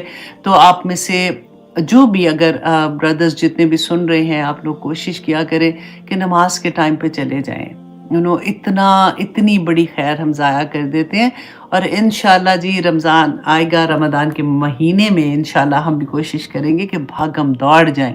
عورت کے لیے آخری صف ہوتی ہے، کیونکہ اس زمانے میں دیوار نہیں ہوتی تھی نا، آدمی آگے صف میں آدمی ہوتے تھے اور پیچھے عورتیں ہوتی تھی، تو اس لیے کہا گیا کہ عورت کے لیے پچھلی صف ہے۔ لیکن اب تو ایسا نہیں ہوتا، مسجد میں اگر عورتوں کے لیے یہاں پہ تو الحمدللہ ثم الحمدللہ ہر مسجد میں اتنا خوبصورت انتظام ہوتا ہے، باقاعدہ آدمی کے روم کے بعد ایک پوری دیوار ہوتی ہے، مطلب جیسے سلائیڈنگ ڈور نہیں ہوتی اس طرح سے بنایا ہوتا ہے، اور پیچھے عورتوں کا بھی بہت خوبصورت بڑا سا کمرہ ہوتا ہے، اور آرام سے عورتیں وہاں پہ اپنی نماز ادا کر سکتی ہیں، جمعے پہ جاتی ہیں الحمدللہ۔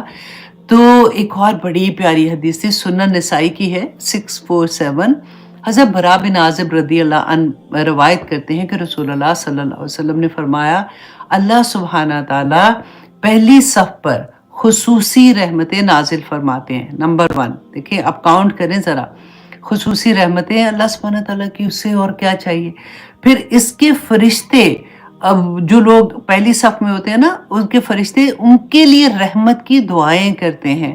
اور پھر اس کے بعد دیکھیے کہ مؤذن کے لیے جو اذان دیتے ہیں نا، اس کی آواز کے پہنچنے کی جگہ تک اللہ سبحانہ تعالیٰ جتنی چیزیں آپ سوچیں، مٹی، ریت کے ذرے، جو درخت، اس کے پتے اور جتنی چیزیں ہیں نا، وہ سارے اتنی مقدار کے مطابق اس کے گناہ معاف ہو جاتے ہیں۔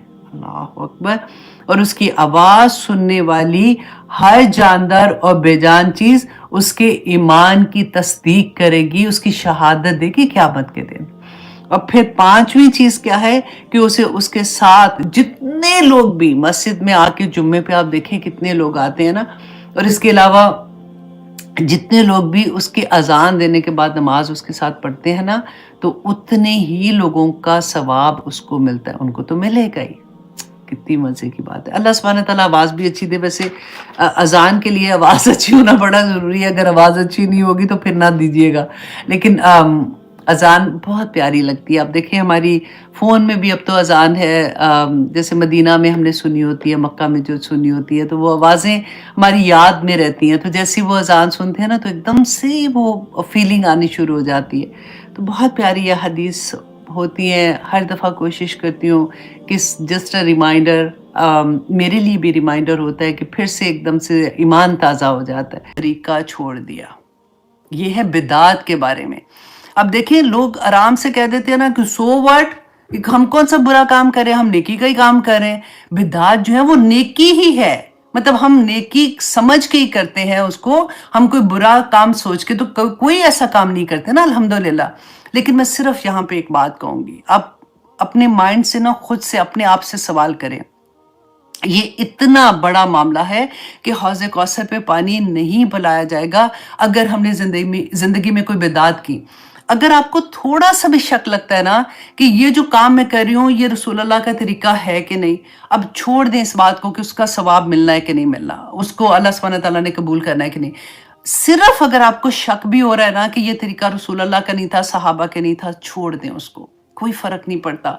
इतनी बड़ी खैर चली जाए उससे ये चीज चली जाए, क्योंकि सुन्नतें तो इतनी हम अपनी पूरी जिंदगी में भी उनको पूरा नहीं कर सकते। आप देखें जो हम सुबह नमाज से शुरू होते हैं, जो तस्बीहात रसूल अल्लाह ने बताई है, जो तरीका बताया है, Quran is a way of life, हम पूरा दिन अपनी जिंदगी में हलाल है या हराम है, 5 ही चीजें कर सकते हैं ना। या हम कहेंगे कि ये जो भी चीज हम कर रहे हैं ये हलाल है कि हराम है, ठीक है, खाने में कर रहे हैं या फिर हम जिस तरह भी करें, या वो मुबाह है या फिर वो मकरूह है या फिर वो हराम है, ठीक है। ये 4-5 ही चीजें हम करते हैं ना जो हमारी जिंदगी में आती हैं।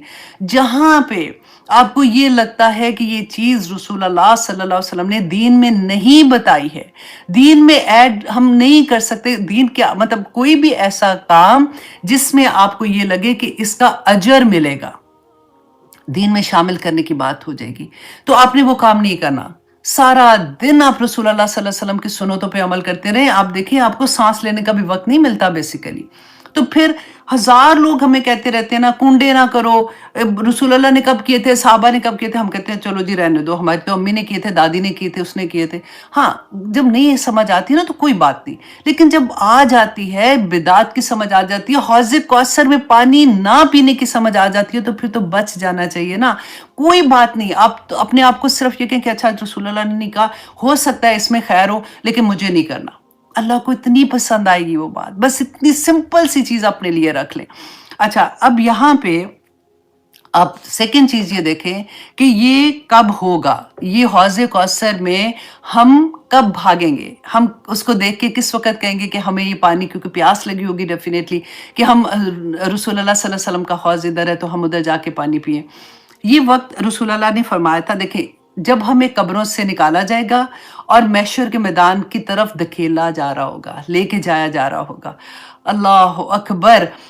सिर्फ यहाँ पे एक बात याद रखिए, मैं इतनी पता है दिल बंद होना होता है ना, तो मुझे लगता है कि एक खुशी की बात भी बता साथ कर लेनी चाहिए कि अल्लाह सुब्हानहू तआला के अर्श के इर्द गिर्द ना मीनार, वो जैसे होते हैं ना सुतून होंगे, वो सुतून जो है ना वो नूर के सुतून होंगे। मतलब ऐसा नहीं होगा कि सुतून होंगे और उनके ऊपर नूर होगा, नूर के सुतून होंगे।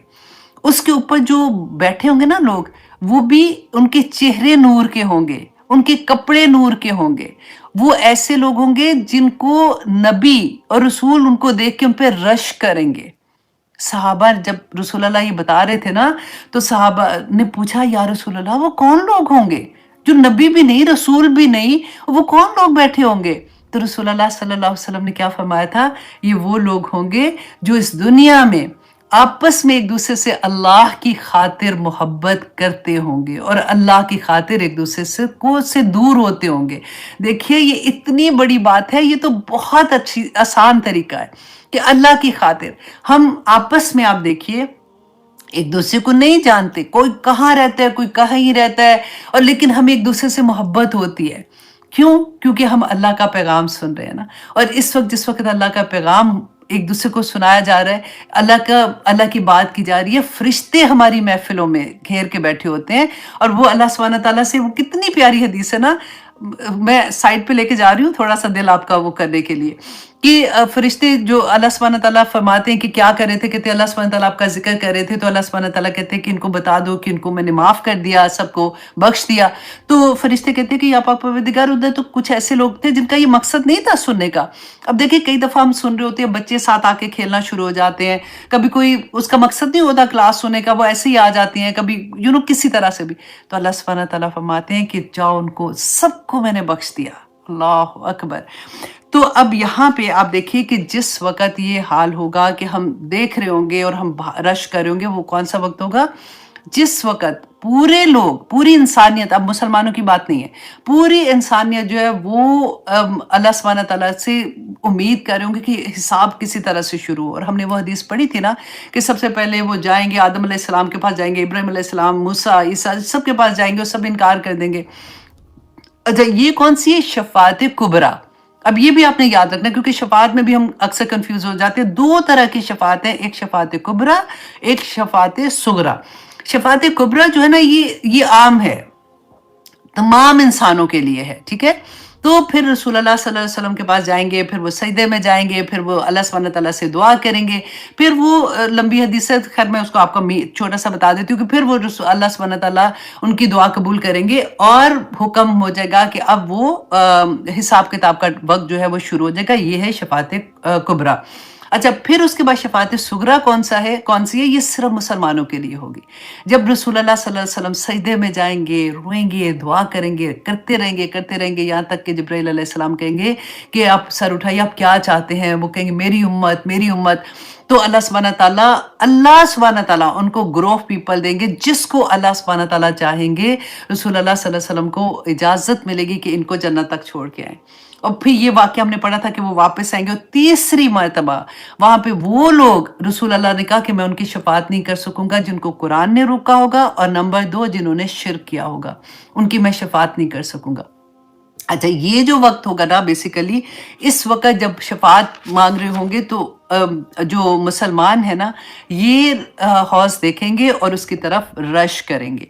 अच्छा जी, अब सेकंड क्वेश्चन हमारे ज़हन में आता है कि कहाँ पर ये कायम होगा? ज़मीन पे? क्या क़यामत के बाद तो हम ज़मीन पे ही होंगे ना, सारे के सारे, एक बिछा दी जाएगी, हमने ये पढ़ा था। तो रसूलुल्लाह सल्लल्लाहु अलैहि वसल्लम ने फरमाया कि ये मेरा हौज़ मेरे घर और मेरे मेंबर के दरमियान होगा, जिसको हम रियाज़ुल जन्नह कहते हैं ना। अब उम्रा करने जाते हैं तो हमें टाइम मिलता है, जैसे हमें वहाँ पे लेके जाते हैं, तो फिर हम वहाँ पे जाके दुआ करते हैं। मुश्किल से वक़्त मिलता है कि चलो 2 रकात ही मिल जाए तो बड़ी बात है। तो रसूलुल्लाह सल्लल्लाहु अलैहि वसल्लम ने फरमाया था कि मेरे मेंबर और मेरा घर, जो हज़रत आयशा का हुजरा दिखाते हैं ना, उसमें वो जो पार्ट है वो जन्नत के बागों में से एक बाग है, और ये जन्नत का एक वो टुकड़ा होगा कि कहते हैं क़यामत के दिन रियाज़ुल जन्नह वाली जगह जो है ना, वो तबाह नहीं की जाएगी, उसको एज़ इट इज़ उठा के जन्नत में से जहाँ से वो लाया गया उधर ही प्लेसमेंट उसकी कर दी जाएगी, लेकिन ज़मीन फैला दी जाएगी। अब इसका ये कितना लंबा होगा, कैसे होगा? अच्छा, रसूलुल्लाह सल्लल्लाहु अलैहि वसल्लम ने फरमाया कि मेरा मेंबर जो है ना, वो मेरे हौज़ पर होगा, जहाँ से मैं अपनी उम्मत को देखूँगा। अब हो सकता है कि जो रसूलुल्लाह सल्लल्लाहु अलैहि वसल्लम का मेंबर है ना, जहाँ पे मेंबर से घर का यही मेंबर अल्लाह सुब्हानहू व तआला एलिवेट कर दें, और रसूलुल्लाह सल्लल्लाहु अलैहि वसल्लम वहाँ से बैठ के अपनी उम्मत को देखेंगे और कहेंगे कि मेरी उम्मत, और अल्हम्दुलिल्लाह, मतलब वो वज़ू के आसार से पहचानी जाएँगी और उनकी तरफ जाएँगी। अल्लाह सुब्हानहू व तआला हमें सबको तौफ़ीक अता करे कि हमें हौज़ कौसर से पानी पीना नसीब करे। अल्लाह सुब्हानहू व तआला, अगर हमने कोई बिदअत ज़िंदगी में की है, हम आज से उसकी तौबा करते हैं, और अल्लाह सुब्हानहू व तआला नेक्स्ट हम कोशिश करेंगे कि हम कोई ऐसे काम ना करें जो दीन में इज़ाफ़े का बाइस हो, और अल्लाह सुब्हानहू व तआला हमें आखिरत में प्लीज़ रसूलुल्लाह सल्लल्लाहु अलैहि वसल्लम का दीदार नसीब करना, अपना दीदार नसीब करना, और रसूलुल्लाह सल्लल्लाहु अलैहि वसल्लम के हौज़ से हमें पानी पीना नसीब करना। आमीन सुम्मा आमीन। अच्छा जी, अब यहाँ पे आप ये देखिए कि जो आता है कि रसूलुल्लाह सल्लल्लाहु अलैहि वसल्लम ने फरमाया कि हुआ हौदुन, फिर कहा कि हुआ नहरुन, और फिर आता है हुआ कौसर। अब ये तीनों चीज़ों में क्या मुताबिकत है? तो देखिए, स्कॉलर कहते हैं कि कौसर जो है ना, ये एक्चुअली सोर्स है, ये नहर है जो जन्नत में है, और रसूलुल्लाह सल्लल्लाहु अलैहि वसल्लम ने फरमाया था कि कौसर जो है, ये जन्नत में जो है, इसमें 2 पाइप हैं, एक सोने का और एक चांदी का पाइप है, जो कि आता है वहाँ से, जन्नत से आता है, और ये हौज़ के अंदर जो पानी है ना, वो वहाँ से लाया जाएगा। अच्छा, और वो अच्छा, अगर आपके पास वो बुक है ना, अल-बदाया वन नहाया जो है, उसमें काफ़ी डिटेल है। मैंने ऑनेस्टली पूरी कोशिश की है कि जितनी ज़्यादा से ज़्यादा हदीस मिल सकती है मैं आपके लिए इकट्ठी करूँ, ताकि एक शौक होता है कि मैं आपसे बिदअत कभी नहीं करूँगी, मुझे ये हौज़ कौसर का पानी पीना है। और एक्चुअली हौज़ कौसर क्या है, जब हम सूरत अल कौसर पढ़ेंगे तो फिर हमें उसी तरह से मोहब्बत होगी।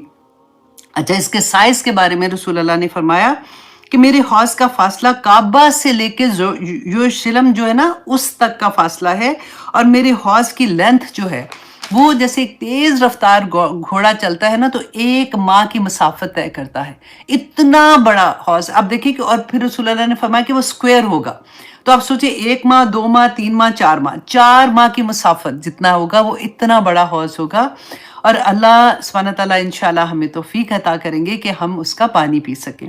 اچھا جی، اب رسول اللہ صلی اللہ علیہ وسلم نے فرمایا کہ اس حوض سے سب سے پہلے صدیقین، شہداء اور صالحین پانی پیئیں گے۔ اچھا، اب کچھ اسکالر نے یہ کہا کہ یہ الکوثر جو ہے نا، یہ خیر کثیر جو ہے، اس کو انہوں نے ابراہیم علیہ السلام سے جوڑا کہ ابراہیم علیہ السلام کی دعا کا اثر تھا کہ رسول اللہ صلی اللہ علیہ وسلم جو تھے وہ نبوت جب ان کو ملی تھی تو ان کی جو دعائیں تھیں اس کی خیر کثیر جو تھی وہ آج تک امت میں بھی اسی طرح سے آ رہی ہے کہ آج بھی جو دین کا کام کرے گا، دین کو پھیلانے کا کام کرے گا، داعیے دین بنے گا، وہ اس خیر کثیر میں شامل ہو جائے گا۔ الحمدللہ، کتنی پیاری بات ہے نا۔ اسی لیے میں آپ لوگوں کو کہتی ہوں کہ ایک چھوٹی سی بھی چیز آتی ہے نا، پہنچا دو آگے، بس اپنے ارادہ کر لو کہ اللہ سبحانہ تعالیٰ مجھے تو اتنا ہی آتا ہے، اب میں داعیے دین بننا چاہتی ہوں، مجھے نہیں پتا، مجھے آپ میری زبان میں وہ مٹھاس بھی آپ ڈال دیں تو اللہ سبحانہ تعالیٰ انشاءاللہ کر دیں گے۔ اچھا جی، اس کے علاوہ اب ہم یہاں سے جو ہمیں سبق ملتا ہے وہ کیا ملتا ہے؟ اب دیکھیے ٹائم آنیسٹلی چھوٹی سی سورہ ہے، ایک ایک لفظ کو آج میں نے تھوڑا ڈیفرنٹ اینگل سے سمجھانے کی کوشش کر رہی تھی تاکہ آپ اس کو انجوائے بھی کر سکیں جب بھی آپ پڑھیں، کہ زندگی میں کبھی کوئی دکھ آئے، پریشانی آئے، مشکل آئے، کتنی بھی مشکل آئے نا، رسول اللہ صلی اللہ علیہ وسلم کی زندگی دیکھ لیجئے گا اور آپ دیکھیے گا کہ میرے نبی نے جب دین کا کام شروع کیا تھا تو کیوں اللہ سبحانہ تعالیٰ ہمیں بتانا چاہ رہے تھے نا، سبق تو ہمیں ہی دیا جا رہا تھا کہ دیکھو اس طرح سے اگر زندگی میں ہوگا تو تم نے کیا کرنا ہے۔ اللہ سبحانہ تعالیٰ نے جو خوشخبریاں دی ہیں رسول اللہ کو، تو انشاءاللہ اللہ سبحانہ تعالیٰ نے کیا کہا؟ اللہ مع الصابرین، اللہ صبر کرنے والوں کے ساتھ ہے۔ پھر اللہ سبحانہ تعالیٰ نے ہمیں فرمایا وَاسْتَعِینُوا بِالصَّبْرِ وَالصَّلَاةِ، کہ نماز کے ساتھ اور صبر کے ساتھ اور نماز کے ساتھ اللہ سبحانہ تعالیٰ سے مدد مانگو، اللہ سبحانہ تعالیٰ دنیا میں بھی انشاءاللہ آسانیاں کر دیں گے اور آخرت میں کر دیں گے۔ اب آیہ نمبر 2 میں ذرا آئیے، اللہ سبحانہ تعالیٰ نے فرمایا فَصَلِّ لِرَبِّكَ وَانْحَرْ، اتنی پیاری آیا ہے کہ فا جو ہوتا ہے نا، اب دیکھیں قرآن میں جہاں پہ فا آئے گا نا، فا کا مطلب ہوتا ہے فوراً، فوراً یہ کام کر دو۔ سوفا جو آتا ہے نا، سوفا تھوڑی سی دیر کے بعد کرنے کے لیے ہوتا ہے، اس میں ٹائم پیریڈ تھوڑا سا لمبا ہوتا ہے۔ فا جو ہوتا ہے ہمیں فوراً کے لیے۔ اب اللہ سبحانہ تعالیٰ نے جیسے ہی خیر کثیر کی بات کی تو ساتھ ہی کہہ دیا فصلی، فوراً نماز پڑھو، کیونکہ دیکھیں ہم نماز کے جب ہوتا ہے کہ کبھی بھی آپ دیکھیں دن میں ہم کوئی بھی ایسی چیز کرتے ہیں، کوئی خیر کی بات کر رہے ہوتے ہیں تو فوراً اذان کا وقت آ جاتا ہے، 5 نمازیں ہوتی ہیں، تو اللہ سبحانہ تعالیٰ وہیں آزمائش آ جاتی ہے کہ بندہ جھکتا ہے کہ نہیں اللہ سبحانہ تعالیٰ کے سامنے۔ یہاں پہ بتایا کیا جا رہا ہے، اسکالر نے اتنی پیاری بات کی کہ یہ جو 5 نمازیں ہیں نا، بیسیکلی یہ شکرانہ ہے اللہ سبحانہ تعالیٰ کا، کہ اللہ سبحانہ تعالیٰ نے جتنی نعمتیں ہمیں عطا کی ہیں ان کے شکرانے کے لیے ہم اللہ سبحانہ تعالیٰ کے سامنے جھکتے ہیں۔ اچھا جی، اب اس کے علاوہ نماز کے بارے میں فصلی، اچھا یہ اللہ سبحانہ تعالیٰ کے دیکھیں فا تو میں نے بتایا نا فوراً، صلی یہ حکم ہے، یہ امر کا صیغہ ہے، تو اللہ سبحانہ تعالیٰ کا یہ آپ سوچیں کہ جب نعمت اتنی کثیر اللہ سبحانہ تعالیٰ دے رہے ہیں، ساتھ حکم دے رہے ہیں کہ اب نماز پڑھ کے اللہ سبحانہ تعالیٰ کا شکر ادا کریں۔ رسول اللہ صلی اللہ علیہ وسلم نے فرمایا کہ جب تمہاری زندگی میں آزمائشیں آئیں تو میری زندگی دیکھ لیا کرو۔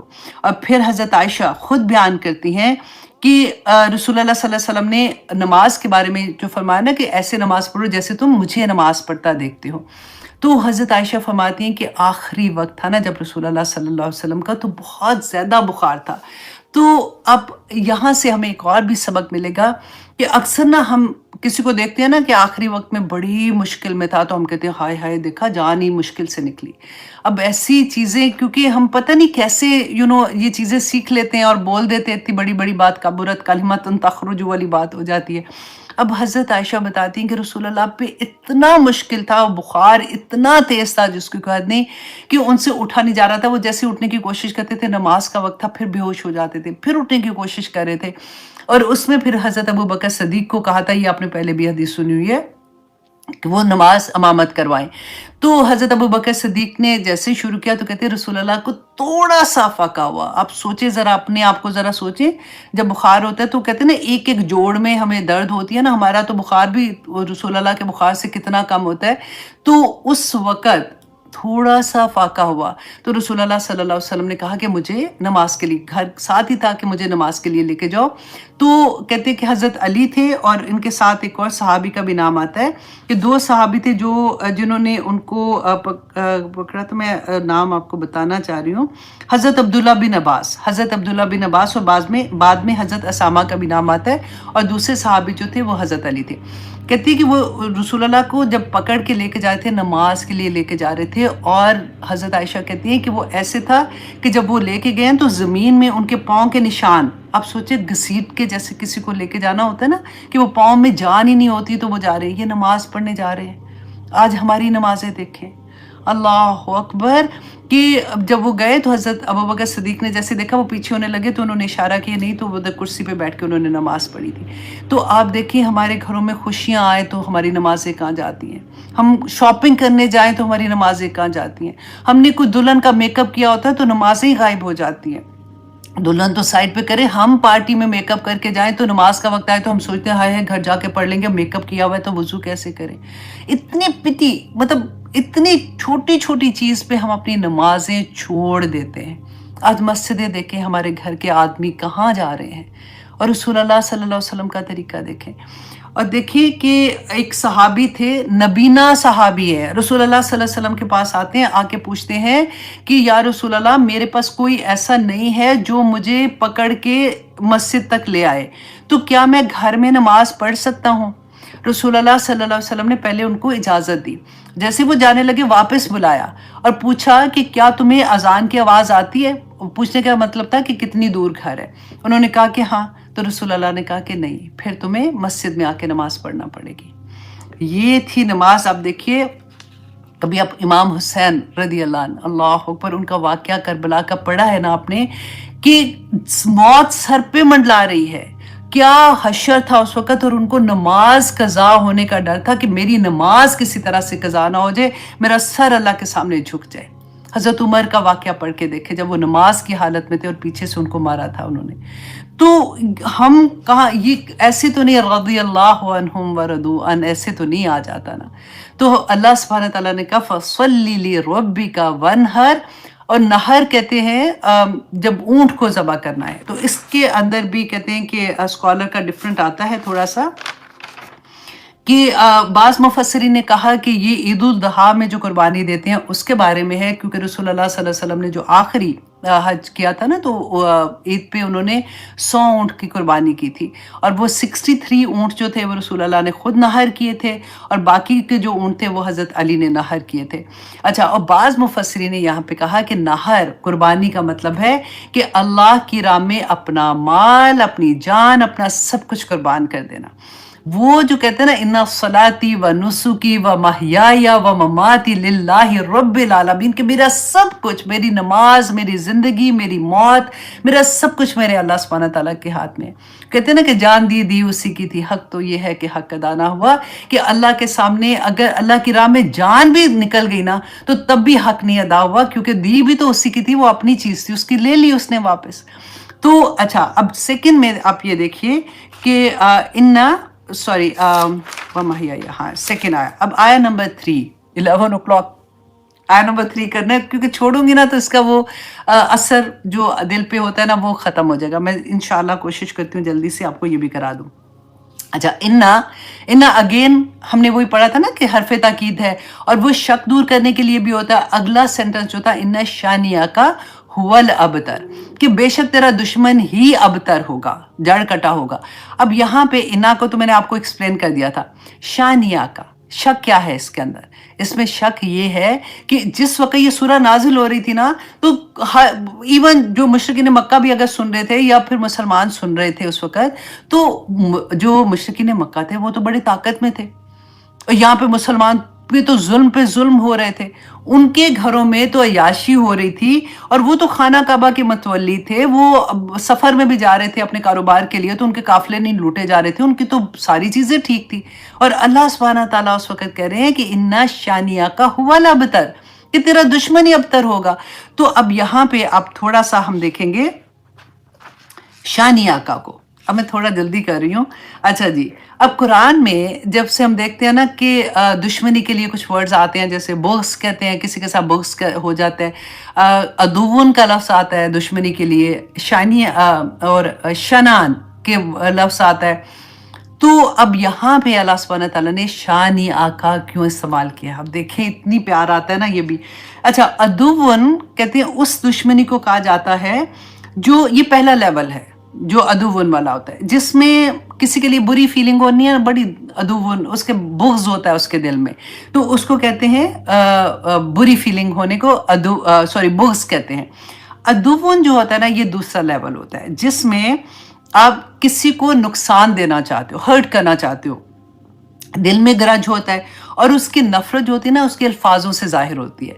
अब समझदार जो लोग होते हैं ना, कई दफ़ा आप किसी से बात करो ना, तो वो कहते हैं ना ताने देने वाला, आपको समझ आ जाती है वो जो ताने देने वाला होता है ना, असल में उसके दिल में अदुव्व होता है। वो अंदर से उसके दिल में ये ख्याल होता है कि उसके जो अंदर ख्याल होता है ना, वो उसके लफ्ज़ों से जाहिर होना शुरू हो जाता है। अच्छा, शनान जो होता है, ये वो दुश्मनी है जो खुल्लेआम नजर आ रही है कि ये दुश्मन है, जो मुशरिकीन मक्का थे, और लेकिन उससे कहीं ज्यादा दुश्मनी उनके दिल के अंदर होती है, जिसको उन्होंने छुपाया होता है। तो अल्लाह सुब्हानहू तआला ने यहाँ पे शानियाका का लफ्ज़ इस्तेमाल किया है। अल्हम्दुलिल्लाह, कितनी प्यारी बात लगती है ना, एक एक लफ्ज़ को जब खोलते हैं कि अदुव्व का नहीं है, बुग़्ज़ का नहीं है। अल्लाह सुब्हानहू तआला ने कहा बेशक तेरा ये दुश्मन है। नबी साथ बता भी दिया कि ये जितनी दुश्मनी तुम्हें नजर आ रही है ना, इससे कई ज्यादा दुश्मनी इनके दिल के अंदर है, सो बी केयरफुल। अच्छा, अब यहाँ पे देखिए, बातरा जो है ना, ये अरब कल्चर में लफ्ज़ इस्तेमाल होता था, और ये उस जानवर को कहते थे जिसकी दुम कटी होती थी, और ये बड़ी हकारत से, जैसे कहना ना कि जो अपना दफा भी नहीं कर सकता, कि लड़ाई हुई थी तो दूसरे जानवर ने उसकी दुम ही काट दी, तो अब वो उसको बातरा कहते थे, नफरत से, वो मतलब उस तरह वाली बात है। अल्लाह सुब्हाना ताला ने यहाँ पे उसी की सुपरलेटिव डिग्री इस्तेमाल की है, इन्ना शानियाका हुवल अबतर। अबतर जो है वो बातरा की सुपरलेटिव डिग्री है कि तेरा दुश्मन ही जड़ कटा होगा। अल्लाह अकबर। तो ये थी हमारी आज की सूरा। इंशाल्लाह आप जब इसको दोबारा से पढ़ेंगे तो आप इसको बहुत एंजॉय करेंगे। और अब देखिए इसमें हमें सबक क्या मिलता है। अल्लाह अकबर कि अल्लाह सुब्हाना ताला ने, आप ये देखें कि रसूलुल्लाह सल्लल्लाहु अलैहि वसल्लम का वजह क्या थी, बेटे की डेथ हुई है। रसूलुल्लाह सैड थे, गमगीन थे, उस वक़्त हर तरफ से, अपना ख़ानदान की तरफ से, अपने जानने वाले इर्द गिर्द की तरफ से ताने पड़ रहे हैं, जुल्म, अपने जो लोग इस्लाम के अंदर आ रहे हैं उनके ऊपर जुल्म हो रहा है, हर तरफ से लग रहा है कि सीना तंग हो रहा है। अल्लाह सुब्हाना ताला ने जिक्र भी कोई नहीं किया कि वो जी, अब बेसिकली अल्लाह ने तसल्ली देने के लिए सूरह नाजिल की है ना, तो अल्लाह सुब्हाना ताला ने जिक्र भी नहीं किया कि आपका बेटा चला गया है, आप फिक्र ना करें, अल्लाह ने आपको ये दिया है। नहीं, अब देखिए ज़ख्म को बार बार खुरेचे ना तो ज़ख्म हील नहीं होता। इसलिए कभी किसी को अगर आपने कोई तसल्ली देनी है ना, तो उसकी वो चीज़ जिसकी वजह से आप तसल्ली दे रहे हो उसको ना खरोचें, उसकी बात ना करें, हमेशा पॉजिटिव बात। अल्लाह सुब्हाना ताला ने खैर बताई कि देखो अल्लाह ने तुम्हें कौसर अता की है, उसकी तरफ ध्यान कर दिया, पूरा शिफ्ट कर दिया नबी सल्लल्लाहु अलैहि वसल्लम का वो माइंड जो था, और उसमें हमें बताया गया कि हमने अपनी ज़िंदगी में कैसे करना है कि जब भी कभी कोई मुश्किल आती है तो हम अपनी अल्लाह सुब्हाना ताला की नेमतों को याद करें, और उन नेमतों को देख के अल्लाह का शुक्र अदा करना शुरू कर दे तो आसानी हो जाती है। देखें, दुख, परेशानियां ज़िंदगी का हिस्सा हैं।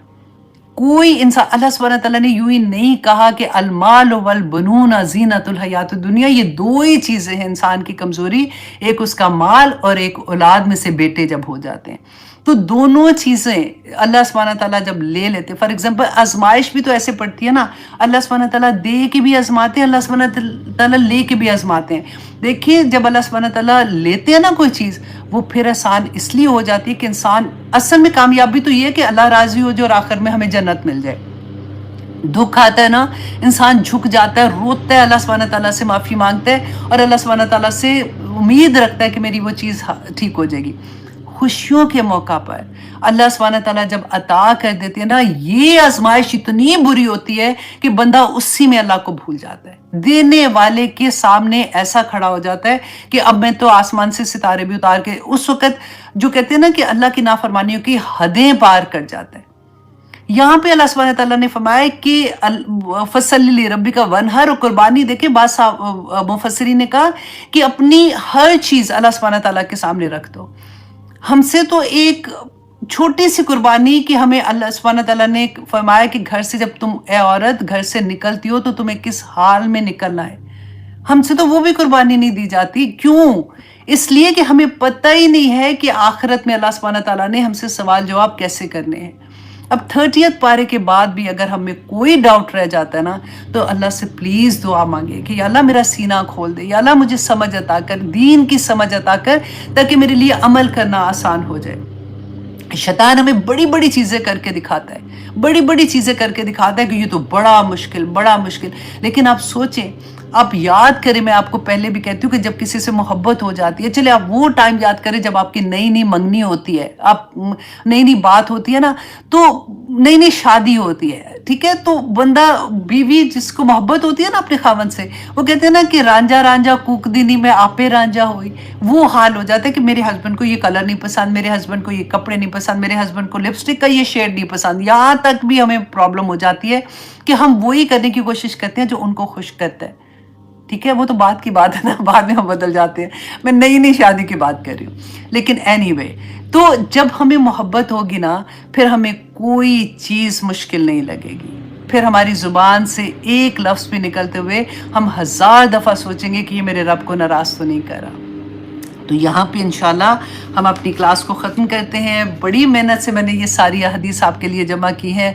अल्लाह सुब्हानहू व तआला से उम्मीद करती हूँ कि आप इनको अपने फिंगर टिप्स पे हौज़ कौसर का याद कीजिएगा, क्योंकि वहाँ से पानी पीना है हम लोगों ने ना, तो फिर क्या चीज़ हमें नहीं करनी, और किसी भी सूरत में नहीं करनी, क्योंकि फ़रिश्ते तो देख रहे हैं, किरामन कातिबीन लिख रहे हैं, राइट, एक एक चीज़ लिख रहे हैं। तो वहाँ पे ऐसा ना हो कि हमें रोक दिया जाए। अल्लाह सुब्हानहू व तआला हम सब पे अपना रहम करे, आमीन सुम्मा आमीन। बहुत बहुत प्यारी सूरा थी, छोटी थी ना, तो इसलिए मैंने सोचा कि चलो आज इसको डिफरेंट एंगल से करते हैं। तो इंशाल्लाह जी हम कोशिश करेंगे। अब नेक्स्ट सूरा जो है कुल या अय्युहल काफिरून, बहुत प्यारी सूरा है। इंशाल्लाह रमज़ान से पहले मेरी पूरी कोशिश है कि हम 30th पारा कंप्लीट कर लें। मेरे घास काटने वाले आ गए हैं, तो अल्लाह का शुक्र है कि क्लास ख़त्म हो रही है, तो इस वक्त